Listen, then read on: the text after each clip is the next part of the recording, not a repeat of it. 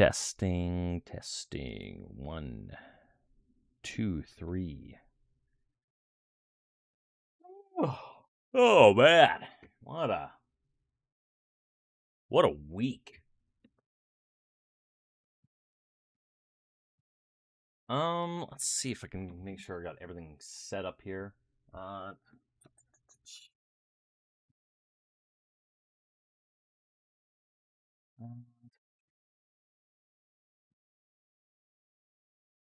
Gonna be. Oh, am I monitoring myself? I think. Hello? Testing? Testing? Testing? Why wouldn't I just get this ready beforehand?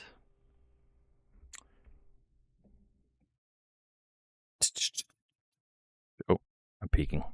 Peeking.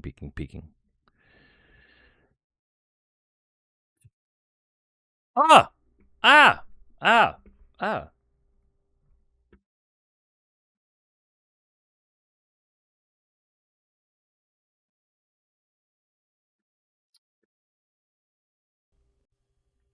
Testing. Nope. Testing. Okay. Just.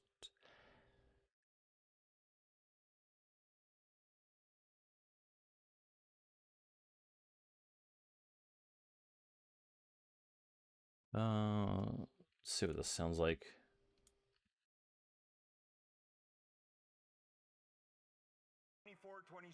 Cribbage. Will be there to welcome all the participants. On behalf of all the constituents of Bruce Grey Owen Sound, I wish Tom, Mabel, Andy, and Terry best of luck, and may the cards fall in your favor.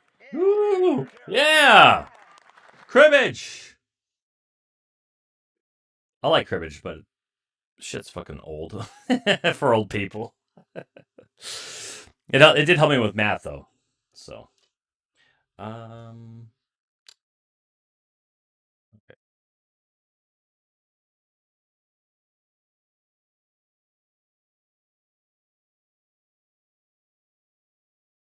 Properties.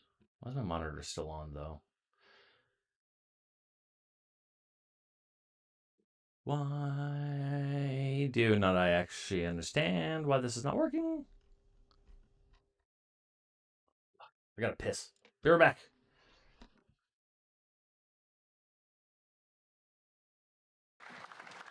The Honourable Member for Oakville West. Mr. Speaker, in recognition of International Women's Day, I joined Sevis and Halton Women's Place to honor the strength, resilience, and contribution of women in my riding of Oakville West and across Canada. The role women have played in our Canadian story has always been one of strengthening our communities, driving innovation, and shaping a more inclusive future. A key pillar of that is women's economic participation, and that is why our government is investing in through the women's program and wage to support projects that break down barriers to women's economic equality. Since 2018, the program has invested over $266 million in more than 700 completed projects across the country. These investments have supported over 400,000 participants while strengthening and creating over 4,500 partnerships between community organizations, employers, and service providers. I'm proud to be a part of a government that recognizes women's success, supports economic opportunities, and grow participation and equality. When women The Honourable Member for Perth Wellington. Mr. Speaker, the motto of the Lions Club is "We Serve." Rick Cinnamon truly lived that motto. He served for 33 years with the Ontario Provincial Police. Ian, he was involved with countless service clubs and community organizations, including the Mount Forest Lions Club, Mount Forest Legion, Mount Forest Minor Hockey, the Louise Marshall Hospital Foundation, the Mount Forest Patriots, England Funeral Home, and the Mount Forest United Church and Choir. He was a community builder in both the literal and figurative sense of the word. He worked to ensure that not only did the high school stay in Mount Forest, but also saw the construction of the new Wellington Heights Secondary School. And he played a key role in building the Mount Forest and District Sports Complex. We lost Rick far too soon, and our hearts go out to his family, his wife Patty, their 3 children, and 7 grandchildren. We can be thankful for Rick's life of service, because where there was a need in the community, there was Rick. Thank you, Mr. Speaker. The Honourable Member for Brome, Missisquoi. Mr. Speaker, a few weeks ago I highlighted here in the Chamber Cowansville's 150th anniversary. Well, let's just say that the message reached Farnham, and I was gently reminded that on the other side of the Yamaska River they're also celebrating 150 years this year. So today I pay tribute to the town of Farnham, which marks a century and a half of history, resilience, and commitment. And I congratulate their city council. Farnham is a community deeply rooted in the military history of Quebec and Canada. As of 1910, a major military training center was established there, helping to train generations of soldiers and support the country's defense efforts. This presence has shaped the town's identity, and it remains a source of great pride for the region. But Farnham is above all a community. I was checking my stream, and apparently I was having a lot of weird echo. The citizens, volunteers, and elected officials, happy 150th anniversary. Brome, Missisquoi is proud of you. Testing, 1, 2, 3. Member for Swift Current Grasslands. Oh God, yep, that's not good. The Prime Minister's been running the country for close to a year, and so far he's turning out to be another Liberal disaster, just like Justin Trudeau. First, his Ag Minister promised an emergency use for strychnine to control gopher infestations. The time to act is now before the land gets destroyed.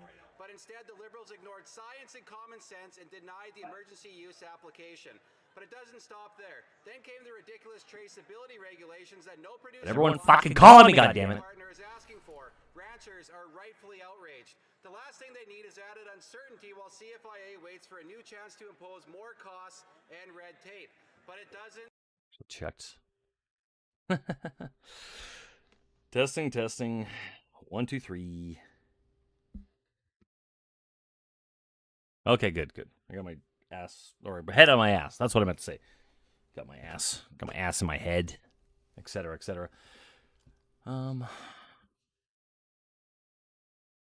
Wait, hold the fuck on.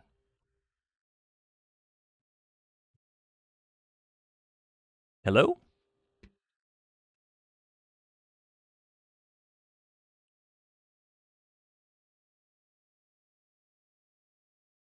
Testing. Why am I still hearing myself? God fucking damn it. Is NVIDIA broadcast fucking with me? God, I hate technology. I hate fucking with this.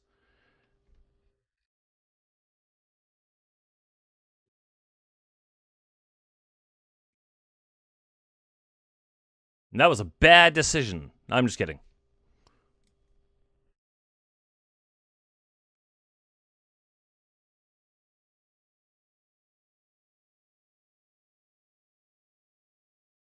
Hello, Nikolai man. Welcome in.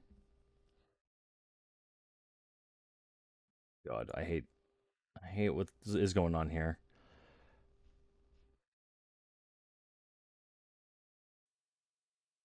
Testing.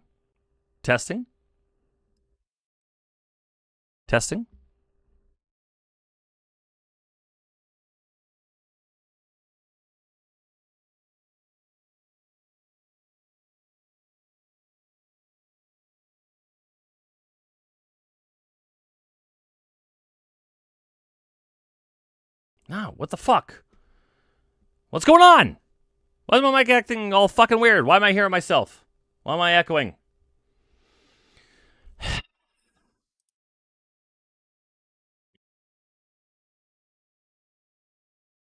I am a dumbass.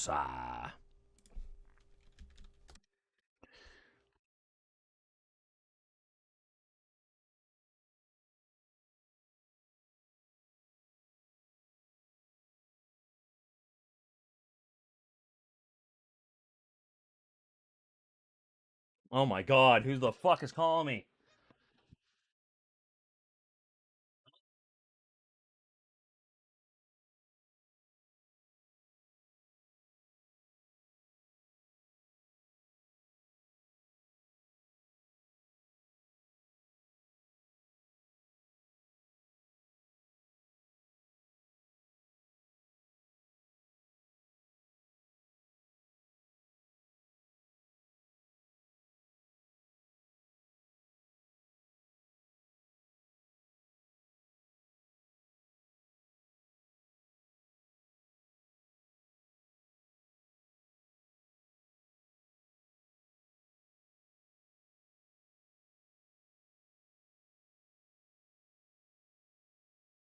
Oh my fucking god! Everyone's calling me. Oh, you coming into work?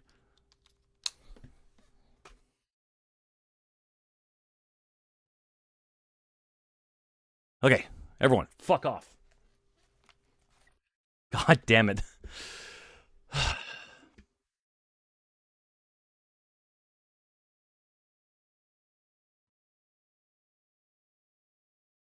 Testing. Testing.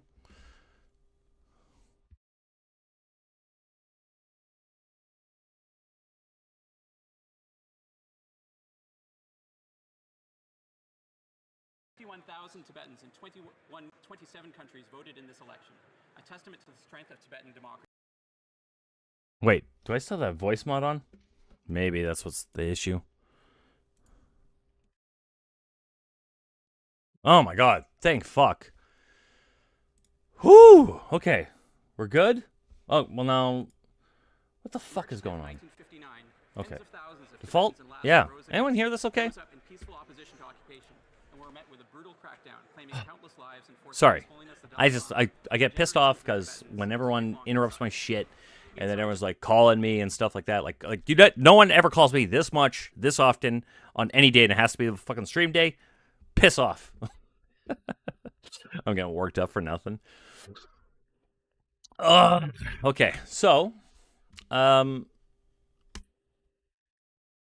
those of you who are just joining us, we are doing another Alberta separation research stream for a couple of hours. So we're gonna go to like the detail stuff, and just looking further into the Alberta Prosperity Project. But there was this debate that happened. When was this uploaded? 4 days ago. So let's say about a week, maybe, by the time it was all edited. Harrison Faulkner. I don't know who this guy is, but it seems like he's it looks like he does do some stuff and or just content with politics and stuff. So but I saw that he had I started this debate thing a couple days ago, but I realized I kind of wanted to react to it on stream and maybe give my my hot take that nobody asked for on the on this whole thing. So we're gonna watch this together. We're gonna analyze it, maybe point out some problems with the way that certain messages are delivered with the Alberta separation stuff, and try to have some fun and maybe learn a thing or two. So here we go. If there is a successful citizen-led referendum petition that is able to gather the requisite number of signatures, our government will respect the democratic process and include that question on the 2026 provincial referendum ballot as well. I just want to remind Bruce, if he thinks that a separate Alberta is going to be some kind of a libertarian utopia, he should think twice. Ottawa announces the National Energy Program with a stiff package of taxes on the multinational oil companies. Alberta screams foul and threatens to turn off the taps. If I didn't know better, just listening to what he is saying, I would have thought that Jason was an Eastern Laurentian. So for those of you who don't know, the guy on the left, that's Professor Bruce Purdy. I think he's was with some research institute. And the Honorable Jason Kenney, he actually used to be the premier for Alberta from, I want to say 2017. When was this? Jason Kenney, Alberta premier.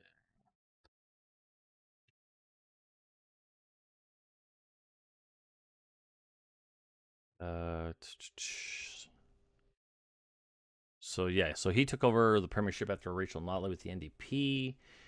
I think it was the first one for the United Conservative Party from 2017 to 2022. Because I want to say the UCP was formed as a combination of was it the Progressive Conservative Association and the Wild Rose Party? Yeah. So, but yeah, it's so funny enough, while the UCP is like largely like sort of like considered a right-wing populist party, Jason Kenney, I guess, is arguing in the negative for should Alberta leave Canada. So, yeah. A few thousand people waved royal blue Alberta flags Saturday in front of the legislature. That's a lot of people. That's a huge crowd. Respondents say they would vote for Alberta to leave Canada, compared to 65% who say they would vote to stay. I understand that's upsetting to people, but they need to understand that Albertans are done, we're leaving, and there's no more conversation to be had. I know that's upsetting to people. It's like being in an abusive marriage. We have irreconcilable differences. We do not love Canada anymore. We want a divorce. Talk of separation is really insanity. Rumors that they may have a referendum on whether they want to stay in Canada or not. Sounds like you may know something up there. But to go to a foreign country and to ask for assistance in breaking up Canada, there's an old-fashioned word for that, and that word is treason. Just a little bit of context with that quote. That is the Premier David Eby, who's I think it's like the Liberal Party. But he was talking, I think, specifically about the Alberta Separation Project or Prosperity Project meeting with members of the Trump government in order to basically maybe facilitate, I think, what they called a feasibility study about if they would be able to hypothetically get a line of credit from any one of the major financial institutions of the U.S. because the Alberta Prosperity Project wants to basically peg their currency to the U.S. dollar or use U.S. dollars going forward if they were to separate. So that's all that was. Not a great look for the Alberta Prosperity people, in my opinion. Calling them treason for that. Yeah, I see where he would maybe want to use that phrase, but that's not the language I would use, honestly. So we'll see. We should lead Canada, not leave Canada. We should mend Canada, not end Canada. Yep. That's kind of where I'm at now.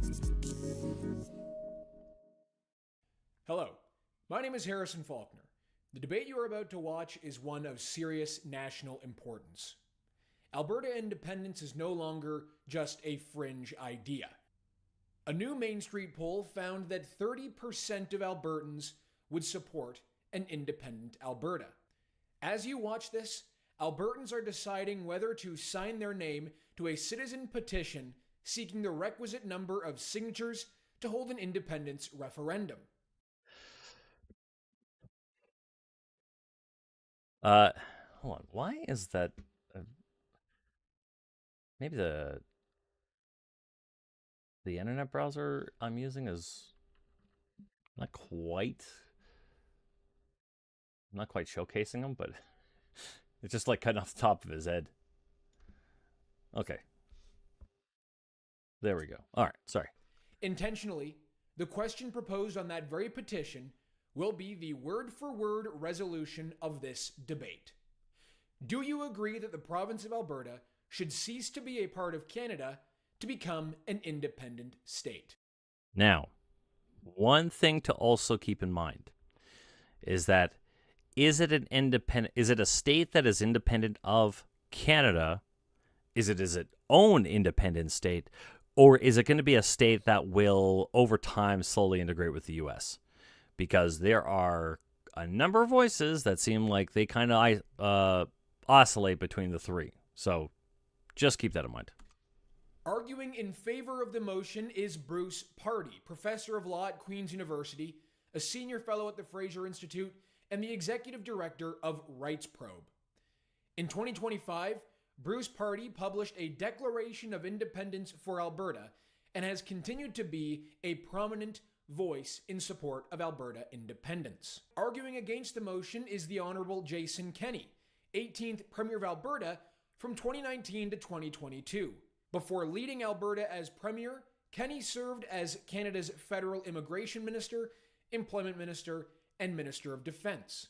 Now, in the interest of full transparency, I am not an Albertan. I am a Federalist. But this is not about my position. This is about giving the people of Alberta a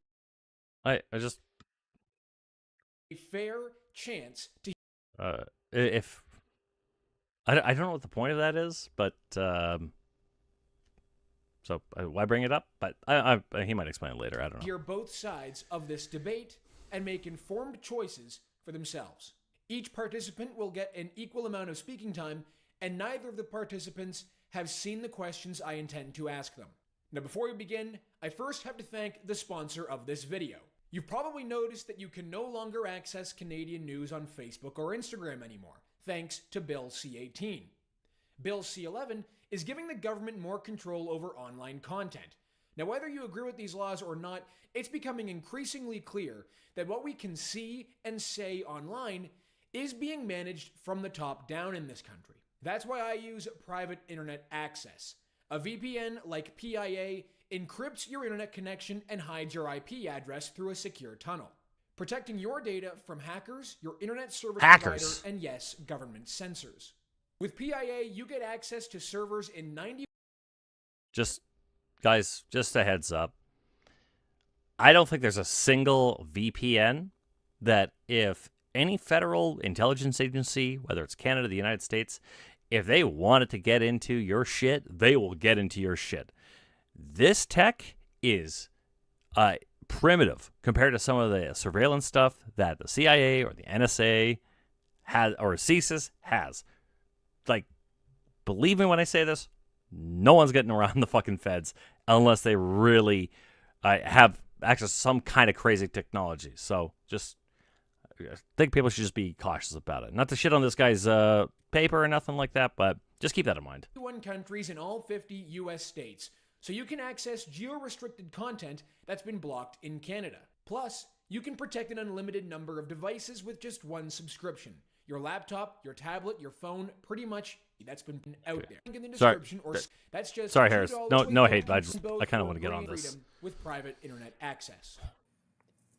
Thank you, gentlemen, both for agreeing to this debate of serious national importance, not just for Alberta, but for the country. The resolution, we've already gone over the rules, but I'll just restate the resolution here. Do you agree that the province of Alberta should cease to be a part of Canada to become an independent state? Professor Bruce Purdy, you were arguing in favor of the motion. You have the floor for your 4-minute opening statement. Okay, thank you, Harrison. I'm an Ontario boy. I was born there. I grew up there. I live there. I work there. I don't want to see Canada destroyed. But here's the problem. It has already been destroyed. Canada has become impoverished. Okay. When they say Canada is destroyed, what they mean, or at least what I feel like they mean, is that it is not as rich as it should be, which is true. However, Canada has a lot of great things going for it. Are there some problems when it comes to the way that our government operates, with the way that our GDP growth has been damn near stagnant for over a decade?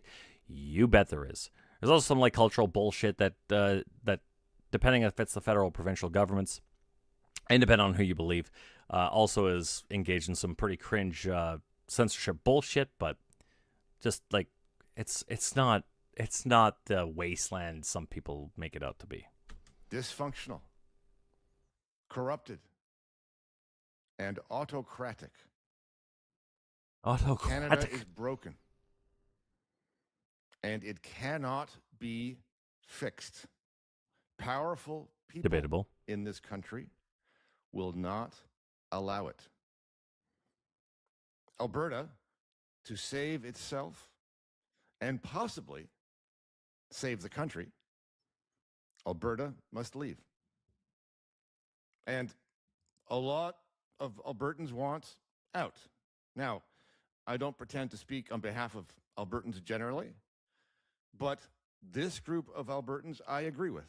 So I'm going to use the word we. We, because I agree with them. Now, maybe Canada was once a free and noble country. I'm not sure anymore. But it certainly is not one now. It's politically corrupt. Its institutions have been captured. It has become a leftist, woke, progressive, socialist country. Okay, so one thing to also keep in mind, guys, is that one thing I've noticed that with a lot of the people who are arguing in front of APP, they have this rather bleak perception about how institutions are corrupted at every federal level. This is the conspiracy brain that unfortunately affects the sort of constellation of beliefs that people like Mr. Purdy here will exhibit. So when they say like everything's corrupted, that means like they think that the justice system's gone, the any federal government institutions are gone, banks are gone, education's gone, and all of this stuff is in the service of like globalist agenda kind of horseshit. It's I'm not saying that like people don't have a reason to be disenfranchised with their government, but let's be a little bit more measured with the language, because then at least if you could talk about the problems that are in a realistic manner, you can then approach it in a realistic way to achieve realistic results, and not just give this pie in the sky sort of like descriptor about what the state of Canada is when the reality is a lot more boring. So, but I mean, these people also think that like COVID came from a lab and that like the vaccines just killed like millions of people in Europe. But anyway, Per capita, Canada is poorer than Alabama. It is almost as poor as Mississippi, the poorest state in America. I'm sorry. Are people legitimately deciding that they're going to pack up and move to fucking Alabama or Mississippi? Like, for all its problems, Canada has some of the most amazing parks, some of the, I think we're like a top 20, I mean, depends on who you talk to, like a top 20 overall quality of life on Earth. And I know there's some people who trot out numbers that look like they're complete bullshit. But it's like GDP per capita, I think could be just one tool, but to say that like Canadians are poorer than people in Alabama, like they're like, I mean, take housing for instance. Like if you go live in Vancouver, it's way more expensive to live there because it's a really gorgeous coastal city, that has like an insane amount of amenities. But like, are you really gonna go to Mississippi and go live in there and the fucking swamp? Like I'm sorry. And it has done that to itself. Sort of true. Canada's elites collaborate with foreign powers. Oh my and God, global here we go. institutions. Here we go. They sacrifice the interests of its people to plunder what remains of Plunder? its prosperity. Like a For pirate? A privileged class of public servants and private cartels, Canada has become a grift.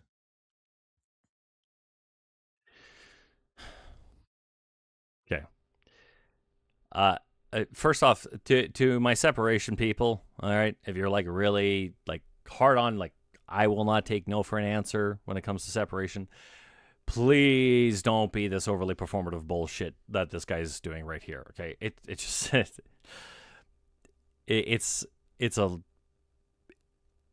it doesn't make it look good, and again, keeping in touch with reality ultimately matters with like all this stuff. So just let's try to keep an open mind with this. I'm trying to keep an open mind. I'm trying not to like shit on this guy too much, and it's not him specifically, but this overly performative stuff is pretty cringe.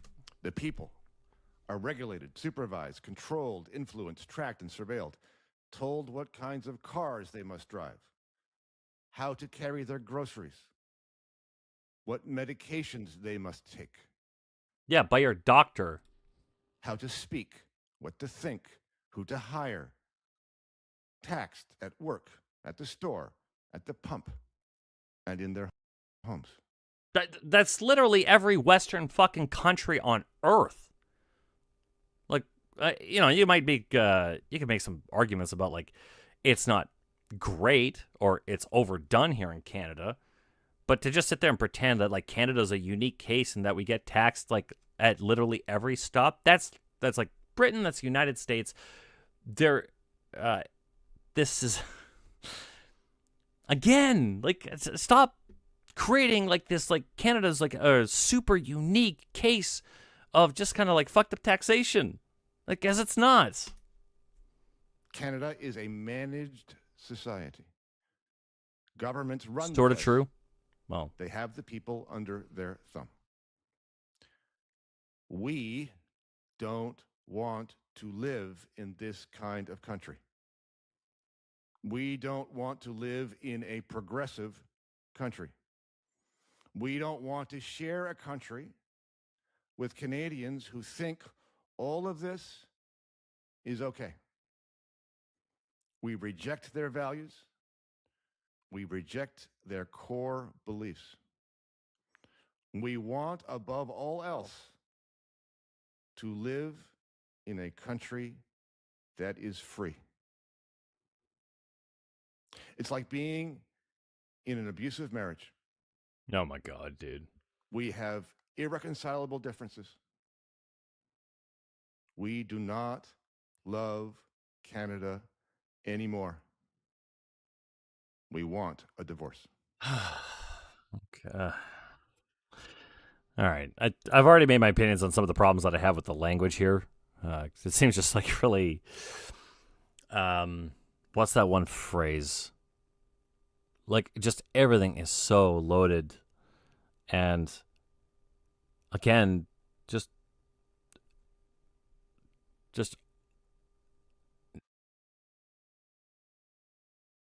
unfortunately, like, he hasn't explained why. Like, I mean, I'm sure they'll get into it, but like, I don't think he just said like, well, we don't want the rest of Canada anymore, so we're just gonna take our ball and go home. I'm sure he'll try to explain about how Alberta separation is actually going to help things, but I'm going to guess it's probably going to be a lot more of BS rhetoric, but we'll see. Over to you, Jason. Mr. Kenney, you are arguing against the motion. Your opening statement starts now.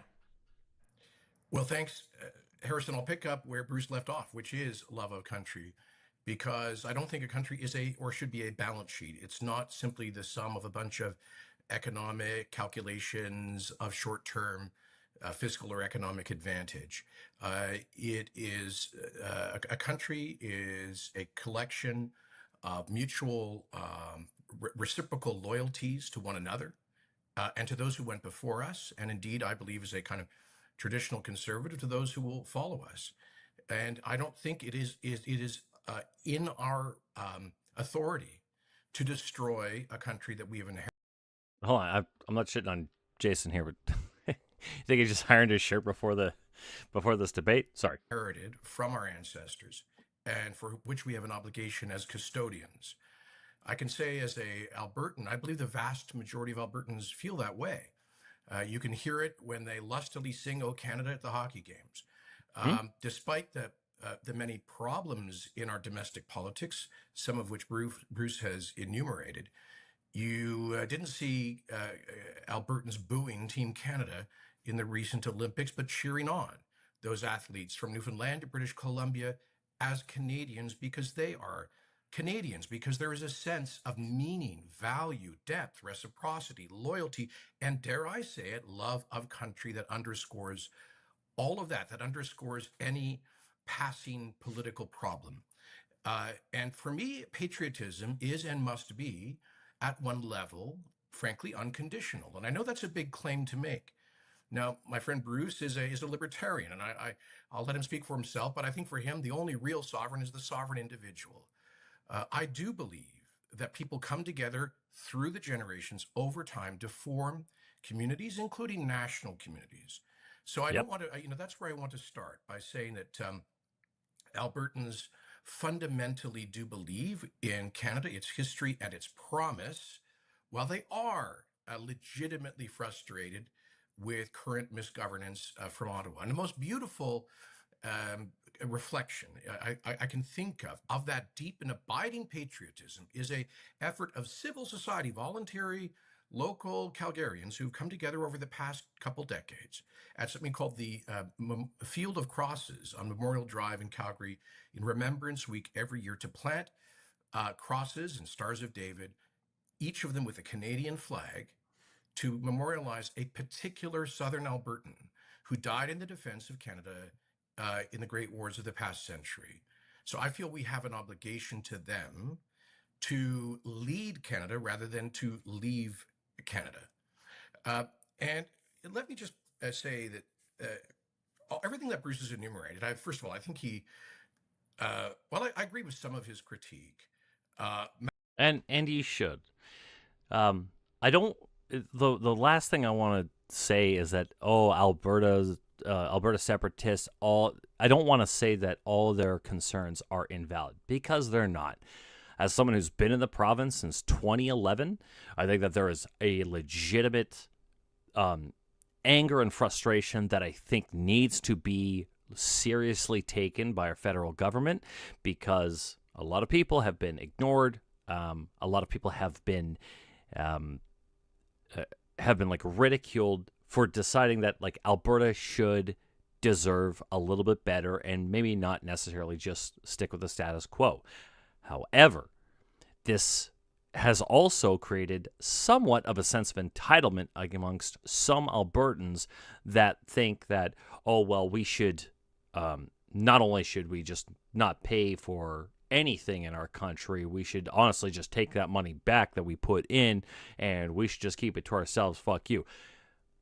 That is not a tangible solution that will resonate with most of Canadians or most of Albertans. Despite what some people tell you, from the polls that I've seen, there's not a whole lot of Albertans. They're struggling to hit the 177,000 signature part two in time for the referendum that's going to be happening this fall. So if there was this massive, huge outpouring of desire to leave Alberta, that signature threshold, which was dropped, which was actually lowered, I can't remember if it was like 210,000 or what the original signature threshold was.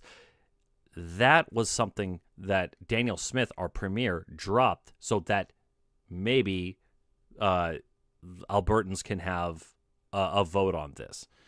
So, and I think Daniel Smith, I have my own opinions about the way that she's handling this right now, but I do think that it should be more respected what Alberta brings to the table, because it is a lot than most people, I think, out in the east coast of Ontario and Quebec, I think they take for granted sometimes. So massively overshoots the target with a lot of political hyperbole. The notion that we are an autocracy is, I think, objectively ridiculous. We are a liberal democracy, flawed though it may be. We have elections. And if Canadians, if Albertans don't like the government they have, they can choose new and different governments. I would point out, I don't like this fact, but right now, the federal Liberal Party of Mark Carney, which I oppose, I'm a card-carrying conservative, is very close to leading the polls in Alberta. And I think today would actually win an increased number of seats.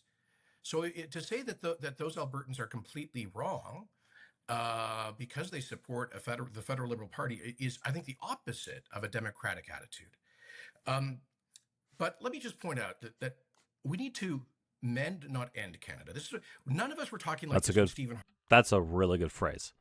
I think that mending a lot of the damage done by the Trudeau era of the Liberal Party, I think, really matters. From what I've seen, Mark Carney is very much on pace to do that. It's honestly very encouraging as someone who has been conservative my entire, since I started getting into politics about 2011, 2012. I'm legitimately impressed with the way that Mark Carney has been very quickly setting the groundwork for really reversing some of the decisions that was made by the Liberal Party over the past 10 years. Yes, he was part of it for part of it. I get that. But I think that there is a sense of leadership that is for all Canadians, but he is taking the time to be mindful towards Alberta and the contributions they make to this country in a way that Trudeau just never did. And he's not acting in a very hostile manner like Trudeau was. And I think that over time, if it pans out and if we actually get some movement on some of the regulatory stuff that Albertans have a gripe with, I think that it will ultimately, we'll ultimately put Canada in a much better position than it is now, and probably better than it has in the past 15 years. Harper was prime minister. And if we go down this road, we risk not liberation, as Bruce says. You know, the government of Norway, which is roughly our size and population, spends more than we do, as do Sweden and Finland. And we would see a huge outflow of capital, of people, destruction of our real estate values, turning a constructive relation with indigenous communities to an ongoing legal and political war with huge social disruption. Yep. Now, to be fair, in some of the literature for the APP, they have talked about in one of their documents, one of the forwarding statements is that one of the things that they want to really try to nail is respecting a lot of the currently existing treaties, lands with a lot of the First Nation tribes around Alberta. So it's not something that is, if they're honest about what they're saying, then I think that the legal problems will be hopefully lessened. But then again, it's who knows what these guys actually mean when the rubber meets the road. All of this for a project that is supported by a marginally small number of Albertans. I think it's not worth the risk. We need to lead and not leave Canada. We need to mend this country, not end it. All right, we'll now move this to the open question and answer period. The first question for you is this, Mr. Purdy. Mm-hmm. Alberta is deeply integrated into the interprovincial supply chains, most notably with regards to energy. An independent Alberta would still have to negotiate with the rest of the country. And so given the issues that are obvious within Confederation facing Alberta, and to get a good negotiation, how would an independent Alberta be in a stronger negotiating space than the province of Alberta? Right. And I think you're alluding to the objection that I've heard from many people, which is that Alberta is landlocked. So what are you going to do? You're going to have Canada on both sides and the U.S. underneath you. And how is that going to work? And I think the answer is Alberta is landlocked now. It is surrounded by Canada now. It is Canada on both sides, especially on the west side, that is obstructing Alberta's access to exporting its goods. The fact of the matter is that right now, Alberta exports, some very large proportion of its oil, for example, now some 90% to the U.S. And it will have its own border to the U.S. Okay, so one thing to also keep in mind, the reason why we send our Alberta to the United States is because we export heavy crude, which is really dirty and on its own is not really applicable for a lot of places. Some of the countries besides the U.S. also import our oil, but the reason why we ship it to the United States is that so they can refine it and then sell it back to us in the form of gasoline because they have the refineries already in place to do so. Canada only has 6, I think, 4 of them in Alberta, and it's just not enough to keep up with the demand of oil supply, but it's why we ship our stuff to Alberta or to the U.S. for quite a long time, if I remember correctly. But don't be brought into this part where people say oh, well, we have to ship our stuff to the U.S. It's we have to, and we would have to regardless if Alberta separated or not. So keep that in mind. After it separates. And so Alberta will be at least in as good a position independently as it is right now as a province. You've got a federal government cooperating with a BC government, cooperating with Indigenous groups to create an obstacle to allow Alberta to get to its products to the West Coast, in a new pipeline or as the case may be. According to the law of the sea. Now, I'm not a great fan of international law, but the fact of the matter is. But why?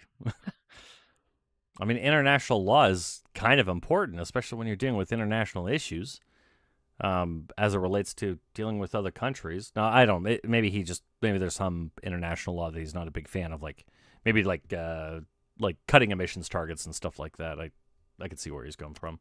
The international law of the sea states that landlocked countries have a right to access ports on the ocean through other countries. Provinces do not have that right. And right now, they are not being provided with that right. So I think on all counts, I'm not saying it would be easy. I'm not saying there wouldn't be negotiation. I'm not saying there wouldn't be conflict. But by all rights, Alberta, as an independent country, would have far better leverage to bargain both with the U.S. and with allowing BC products through Alberta to get to the rest of the country. Okay, so I hope he explains this in a lot more technical detail. But if you're a country starting over, first off, you need to worry about, if you're your own country, you need to worry about making sure you don't get invaded by either the United States or Canada. Because, I mean, like, if you think about it, like, what would stop Canada from handing over the keys and saying, like, all right, you guys are free to go, and then the next day launch a military takeover of the entire province of Alberta and say, just kidding, LOL, you're now going to get annexed and reintegrated back to Canada the way that you guys were. Like, too fucking bad. And the thing is that Alberta would have no ground to stand on because they wouldn't be part of the UN. They wouldn't be part of any sort of international treaty like NATO. You would not have any power for, I mean, depending on I'm not sure how long it takes to like put a military together and then like form an actual quote unquote federal government for Albertans, and then be able to basically navigate all the complexities of both like what would be interprovincial trade between Alberta and everyone else that doesn't already exist already, but then also having to deal with the United States. And let's suppose that like the United States has a wild 180 from the current administration where they now decide like, hey, you know what? We're not a big fan of oil. Fuck you. We're not taking your oil at all. Now you've got your biggest trading partner and your one guy that you're relying on to ship all your oil down south. Now you don't have it, and like you're not only landlocked, you're like trade locked, and like then you're really fucked. Maybe he'll explain ways to get around it. Maybe he'll explain why it's actually kind of a non-starter. But it's just like there's so many things that could kind of like really fuck Alberta. Like you need a lot of things to go right in order for this to work, and there's just too many variables. And to leverage this, this law of the sea, right, as it would right now as a province. Right now as a province, it is dominated. By the way, someone in chat remind me, I got to get this microphone. I like it. By federal jurisdiction over interprovincial matters. And it is the federal government and the BC government that are cooperating. Hold on. Right now as a province. Right now as a province, it is dominated by federal jurisdiction over interprovincial matters.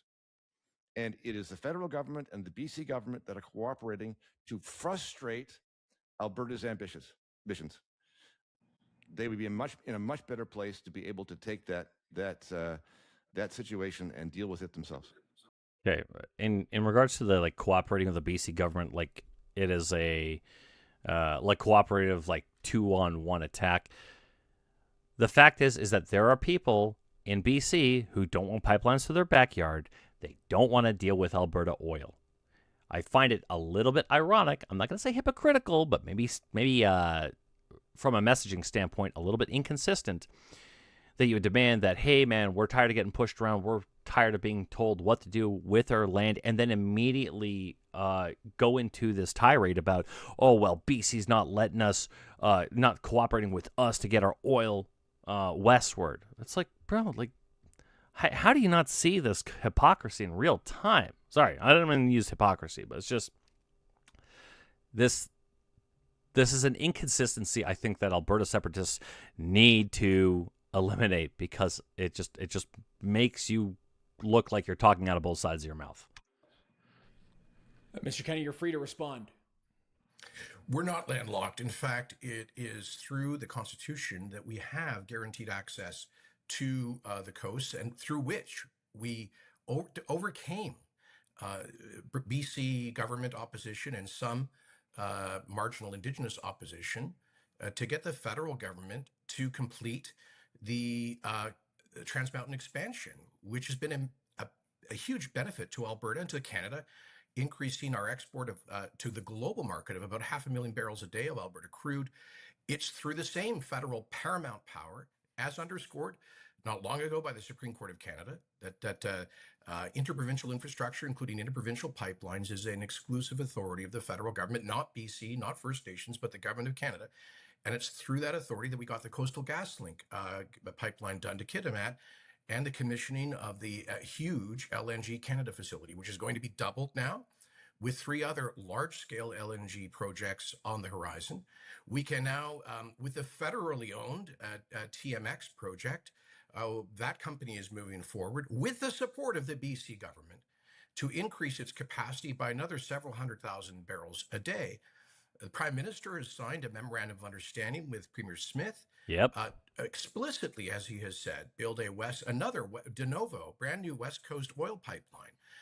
None of that would be possible as a landlocked statelet. Now, Bruce comes up with this ridiculous legal fiction that there's something in international law we can appeal to force coastal access. Now, let's say, what does that mean practically? What I hear from some separatists is this: that the UN is going to send peacekeepers to force the construction of an oil pipeline through BC. So we're going to have what, like Bangladeshi and Congolese blue helmets in northern BC fighting First Nations and local police to. I sorry guys, I want to admit I totally pre-watched this whole thing. This is sorry, I didn't like. He wasn't really making my point, but I think that it is something that people need to also consider. And by the way, like a lot of the separatists, like they can say like, oh, well, we're going to go ahead and appeal to the UN in order to make sure that we get our pipelines built throughout BC and get our oil shipped out westward. Most of these people don't even think that the UN should even exist. I saw this one streamer or this content creator called the Moose on the Loose. He's this guy's a fucking moron. He said out loud, international law doesn't exist. What? Bitch, yes it does.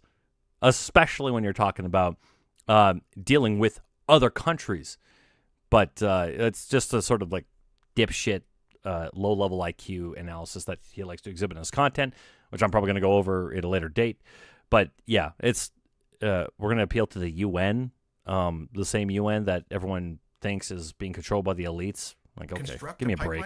This is cloud cuckoo. That's crack pottery.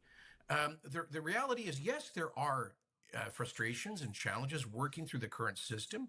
It needs to be further rationalized and deregulated. But we have a federal government committed to that. And we Albertans should be prepared sometimes to take yes for an answer. Also, one other thing, he mentions the Memorandum of Understanding. So, for those who don't know, one of the things that happened back in October was that the federal government met up with Premier Smith to talk about a lot of the key issues that has happened with the overregulation of oil products or production and procurement, as well as basically huge delays on large oil and gas projects, mostly due to environmental regulation stuff. Well, some of these regulations had to deal with either stuff that happened in Alberta itself, which I think that Alberta should be conducting their own like environmental impact assessments and stuff, and that's what project should be based on. But for any projects that might go from province to province, like either a pipeline or anything like that, the federal government has actually not upgraded the Memorandum of Understanding as of like a couple days ago. I think it was the 6th of this month, where they decided that they're going to approve oil and gas projects that are particularly large. And so the Memorandum of Understanding has actually been increased to a Memorandum of Confidence. And so, like, basically the provincial government and the federal governments have about 20 days since that was signed in order to basically come to an agreement. And then by April the 1st, there should be some legislation signed that will basically give oil companies clarity on what environmental impacts or what sort of federal rules will be for building projects in Alberta heading out to BC or Saskatchewan. And from there, that's when bids for new projects will be submitted and stuff like that for approval. And I think basically that Carney is looking to basically really reduce a lot of the bureaucracy and red tape when it comes to improving huge projects. So it's already improving in the 5 months since they first met. So there's that. Been making the case for responsible resource development for additional oil and gas pipelines and export capacity. And we're winning the argument. A supermajority of British Columbians and Quebecers, Canadians generally, say in poll after poll that they support more oil and gas pipelines. We got a lifting of the emissions cap in this MOU with the Carney government. We got a lifting of the clean electricity regulations. I got the Supreme Court to overturn the Bill C-69 Impact Assessment Act. So is it perfect? No, but at least we are getting incremental, significant increases in coastal access for oil and gas. Now, all of that would be shut down. And what the separatists say is, well, then we'll just block eastbound cargo, rail, and trucks coming out of BC, which means they block westbound exports. All of that is a recipe for total chaos and economic disaster, in my view. Yep. And I'm not... the thing is that I've had this sort of revelation, and I'm sure I'm obviously not the first one to think about this, but I think one of the biggest issues that we as just humanity in general, we are not okay with incremental progress anymore because we have conditioned ourselves in so many ways on consumer culture to have anything we want like that, whether it's video on demand, stuff you order off Amazon, getting your groceries delivered to your house without you even having to get your ass up off of the couch.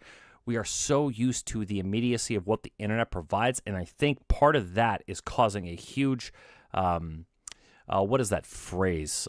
Cognitive dissonance for people when they find out, it might take 5 to 10 years to get approvals for pipelines and built and completion before the first drop of oil gets shipped out west. And I think it's like legitimately kind of fucking with people's heads a little bit. So I'm liking what Kenney is showcasing here, that there are real reforms that are happening in real time, and I hope that maybe Mr. Purdy will maybe at least acknowledge that is happening. I have about a 10% chance that he probably won't, though, so we'll see. Mr. Kenney, this question is for you. Given that Albertans don't have the same proportion of seats in the House of Commons and Senate positions compared to other maritime provinces, along with having to bear the disproportionate burden, on equalization, is Alberta not currently under a system of taxation without representation? No, we have taxation with representation. I believe the current equalization formula, and I'll admit some, shared culpability here because the current formula was largely designed or modified in Harper-era budget bills. But I do think it treats Alberta unfairly, which is why, as Premier, I held a referendum per a platform commitment on a proposed constitutional amendment to remove the equalization provision from the 1982 Constitution to allow Albertans to speak on that point. Now, having said that, let's imagine that we separate and we're a sovereign country. Now, the claim is that this is going to generate, that we're basically going to be living in a country of everything we want with no taxation, it's claimed. It's going to be massive reduces in our net tax burden.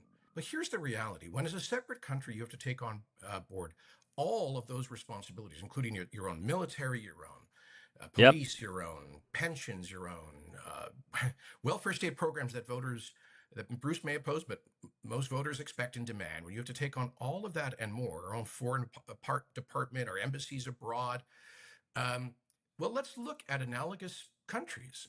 As I mentioned earlier, Norway spends nearly 50% of GDP on government. They have a population about our size. Sweden's a little larger in population. They spend over 50%.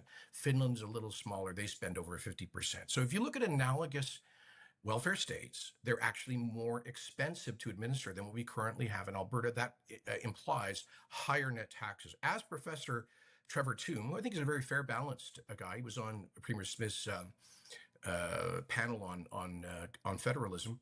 He has concluded that there would be a significant net increase in taxes for Albertans. So, pulling one last point, Harrison.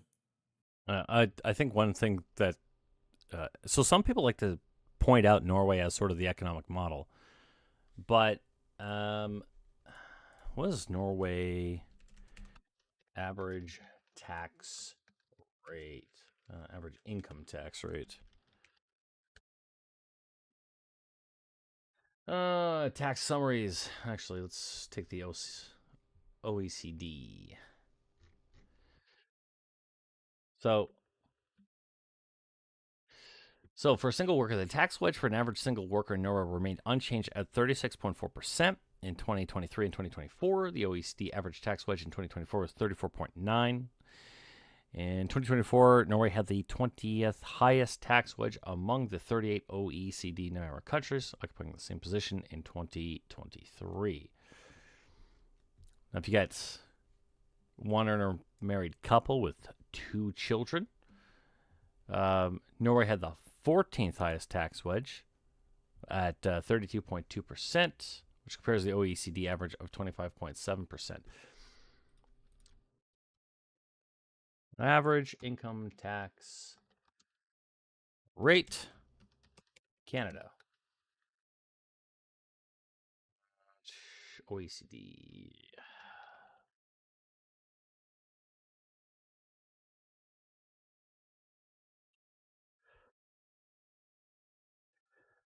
Wages. The tax wage for the average single worker increased by 0.1 percentage points from 31.9 to 32. So, Norway has higher single worker taxes. Let's see, average. Kenney had the 26th lowest tax wedge. Hold on, does they say? Yeah, kind of weird. Norway has the 20th highest tax wedge, but Canada has the 26th lowest tax wedge. In Canada, income tax, employer Social Security contributions, or in Canada, it's called CBP, Canada Pension Plan, as well as old age security, combined account for 81% of the total tax wedge. And in Norway, we basically are equal in that sense. And then Canada had the 2 children if you had married worker with 2 children at 21.5%.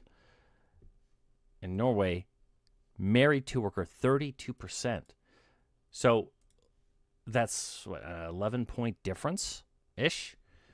So even if you were to take Norway as your model, you're probably going to have to pay way more in personal income taxes in order to possibly fund this stuff. Now, to be fair, a lot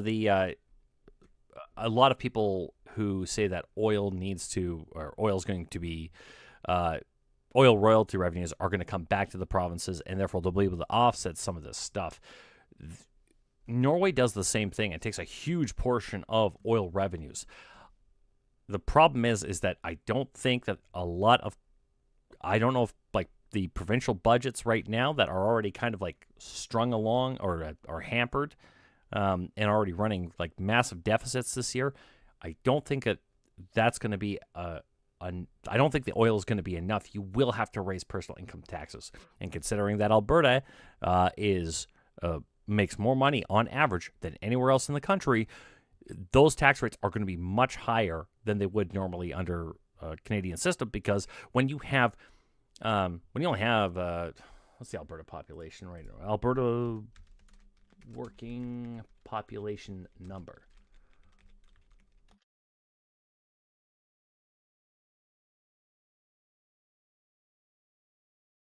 Let's see. No status. Number of employed people in Alberta, Canada in 2023. No, I'm not paying for your fucking shit. Oh god, this is AIDS. The Alberta population estimates. Do they have working on here?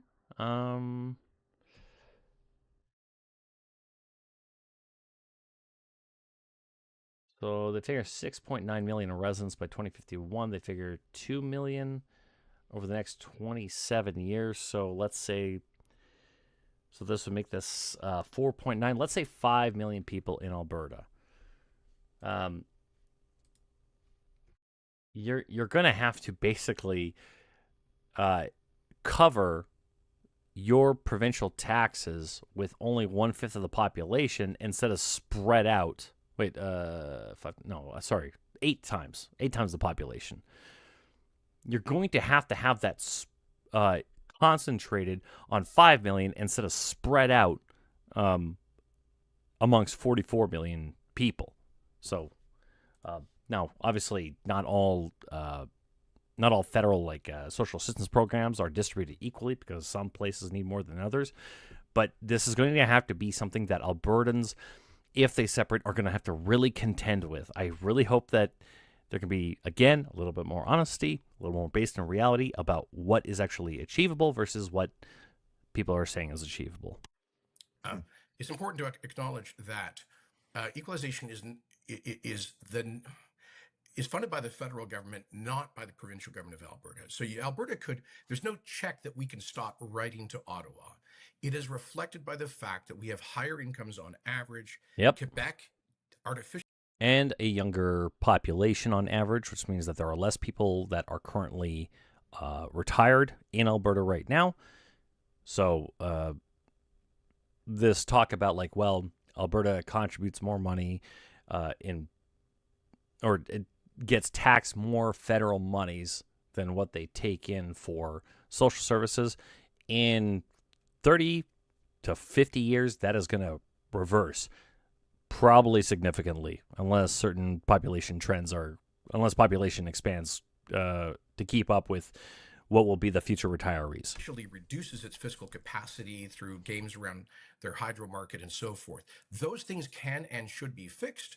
I hope would be by a future Conservative government, but it doesn't require tearing up the country and assuming all of these additional costs in order to do so. Your response, Professor Purdy. As Jason well knows, Alberta is the wealthiest province per capita in the country. Can I just say, I think Bruce Purdy should also take a side gig as an audiobook guy. His voice is really smooth. I will give him that. And so the argument goes like this. Oh, wait, hold on. And so the wealthiest province, as Jason well knows, Alberta is the wealthiest province per capita in the country. And so the argument goes like this. Well, the wealthiest province, which is a net contributor to Confederation, cannot make it alone economically without the rest of the country hanging on to it. That is patently absurd. Alberta will be just fine. And in fact, that argument that goes, you can't make it without me. That's exactly what the King of England said about the 13. Oh my God. Okay, dude, that is not what he fucking said. Okay, everyone, please, can we please at least stop misrepresenting what people fucking said? It is not the case of you can't exist without me. It is the case where it will be much more difficult than it has been advertised. And the problem is that once you sever that connection, are you going to be able to mend that in case you guys say, man, we made a huge mistake and we have to reverse course here quickly? Is Canada going to accept you back? Maybe. And then you got to tear up all those deals that you guys made as your own country and then reintegrate in a country that you left with who knows what kind of conditions and sort of add-ons or rules that you're going to have to try to reintegrate with. That's such a horseshit argument. 13 colonies way back when. Now, 13 colonies had some rough times, but everybody know what happens eventually. So I'm not saying there's going to be no difficult transition here. There's risk in everything.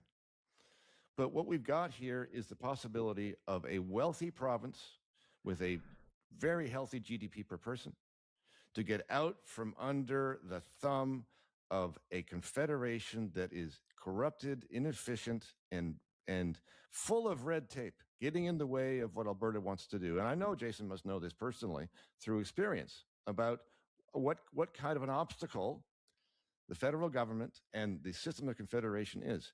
He spoke about loyalty. Loyalty goes both ways. And the reason that many Albertans have come to the position that they have is that the Canadian government, the Canadian system, has failed to show any loyalty to them. Sure, Albertans have been terrific Canadians, but they are in a system that does not adequately represent them, does not represent them fairly. If you're talking about seats in the House of Commons, you're talking about the system of seats in the Senate, you're talking about the Constitution, the way the Constitution works, the equalization system. Jason's observation is quite right about taxes. We have a progressive tax system in this country. They are federal taxes. Everybody is subject to the same rates. It's just because people in Alberta are wealthier. But what Albertans are saying is, we're tired of this system. We are tired of being the wealthy ones that get taxed and have that money collected by the federal government and sent to other areas of the country. We don't like it anymore. If you are not going to show loyalty to us and fix the system that we have been complaining about for a long time, then we are done. All of these things that we're talking about, whether it's equalization, the Senate, the structural problems in this country, they've been talked about for a long time. Jason mentioned the referendum. Albertans voted on a referendum about equalization. They voted in favor of getting rid of it by 62%. What has happened? Nothing. Alberta has long said, let's have a triple E Senate. What has happened? Nothing. Canada has not shown loyalty to Alberta. It is time for Alberta to stop believing in incremental matters and to understand that they are never going to get structural changes. If they would have by now. It is time for them to. All right. So I think that what Mr. Purdy mentioned about a lot of the loyalty part, I think I understand where he's coming from. Again, as I said before, there is a lot of disrespect towards Alberta, and I don't say they're not quite the hand that biting the hand that feeds you, but it is sort of like that. But the thing is, like with the equalization payments, like I think, I'm sure Purdy already knows this, but this is where I feel like he's probably dishonest in this, because the sort of caricature about what equalization payments does is that we're going to take from the wealthy provinces or the have provinces and give it to the have-not provinces. Now, that part is true, but the descriptor about what those transfer payments actually do for the have-not provinces, what equalization does is to provide something of a standardized level of care, of like healthcare systems, whether so that you can go from BC to New Brunswick and you can at least get something that is somewhat comparable to what you have in British Columbia. It is to provide a sort of stable standard of social services that anyone in Canada can access. Now, some provinces have different rules where, like, maybe if you're, like I had a friend of mine who recently came to Alberta for a visit. She was talking about how she wanted to get looked at by a doctor, but she had to pay a fee because she wasn't an Alberta resident and didn't have an Alberta healthcare card. But these equalization payments are often basically described as if we're just sending money to Quebec so that they could just sit on their ass and eating poutine all day and watching the Bloc Québécois make absolute clowns of themselves, and they don't have to work or do anything, or they don't have to pay their own bills, when it is to help provide social services that is of at least some consistent level from West Coast to East Coast. And this is, again, one of my biggest problems with the way that equalization payments are talked about. I get that maybe the formula might need some tweaking so that Alberta can keep a little bit more of its money, or maybe Alberta can get some of its money. Maybe if you do something where like every province that pays into an equalization pool gets a base amount, and then some provinces are going to get more than others. No, I haven't gone over the equalization payment formula, so I'm not 100% sure if that is already the case. But this, if you are a country and you are all sort of like moving in the same direction, equalization payments are a good way of at least helping the less fortunate in that are not having jobs that pay over $100,000 a year. So again, with the representation in government, I think maybe Alberta, I think the way that we do elections and stuff like that, I think is a little silly. I think if you want to do like equal amounts, but then you run into the problem of like, well, why does say Nova Scotia get as many seats as Alberta or Saskatoon or Saskatchewan rather? I haven't thought too much about it yet, but I feel like a lot of the negative descriptors for the way that our federal system works, I think, is like really undercuts a lot of the good that it does for other people. Yeah. You touched on the equalization referendum. I have a question regarding that, and we will get to that. I don't know anything about the equalization referendum, so I have to look that up later to see why it failed. But yeah. Constitutionally, Professor Purdy, if a referendum is held, which it seems likely at this point, and if that referendum is successful, according to most interpretations of the Constitution, it would still require the approval of the majority of provinces in this country to accept. How would Albertans convince Ontario, for example, that essentially has a veto over this, to accept and approve the outcome of a separatist referendum result? Yes, well, you see, this is a very interesting question, because this is a constitutional amendment that is not mentioned in the text of the Constitution. The Supreme Court of Canada, in its 1998 reference case, talks about the constitutional means to achieve independence, when it was talking about Quebec, of course. It does not say that that formula is required. What it says is, if a province passes a referendum on a clear question and a clear majority approves of it, that triggers an obligation to negotiate. And that negotiation, they say, is a political negotiation, not a legal one. In other words, it's up to you folks. And they quite explicitly say, we're out. Don't come running back to us. This is a political negotiation. And there will be expectations about the kinds of things you will talk about. But they also make very clear, they say this in words, they say, there will be, in these negotiations, there are no conclusions predetermined by law on any issue. Any issue. In other words, everything is on the table. Everything is on the table. And independence itself is a repudiation of the existing constitutional order. In other words, I gotta stop drinking during the day. Is he saying that like every when it comes to every issue is up for negotiation politically? Like if we're say talking about like putting a pipeline from Alberta to BC. Does BC have to negotiate that, and then they can decide if they want the pipelines? Like, I'm not.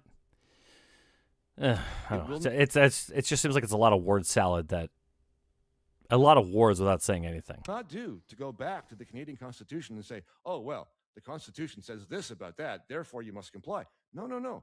This is a repudiation of that order and a negotiation between two parties now, one of which will stick to that Constitution and one of which is going to start again. So in that process of negotiation, you're going to either get a deal or you won't. And that question is a political one.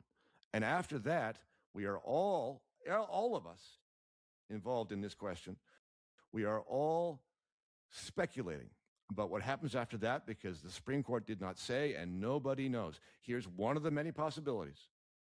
If the two sides come together. Oh, okay. I think I understand now. If I didn't, if I heard him correctly, So there's not an approval process per se by other provinces, but it just means that now we can negotiate with other provinces if we were to separate. And the provinces that are going to have to negotiate with Alberta are going to stick with the Canadian Constitution in Alberta. They're going to say, like, oh, no, well, these are our rules for when we're dealing with other provinces. But then but when he says, like, if you don't get you either get a deal or don't get a deal, I'm guessing they probably mean that it's just like on a issue by issue basis, not necessarily the totality of Alberta's independence as it relates to, say, Ontario. If I heard that correctly. To negotiate, and they cannot make a deal. One of the possibilities is that Alberta will unilaterally declare itself to be independent.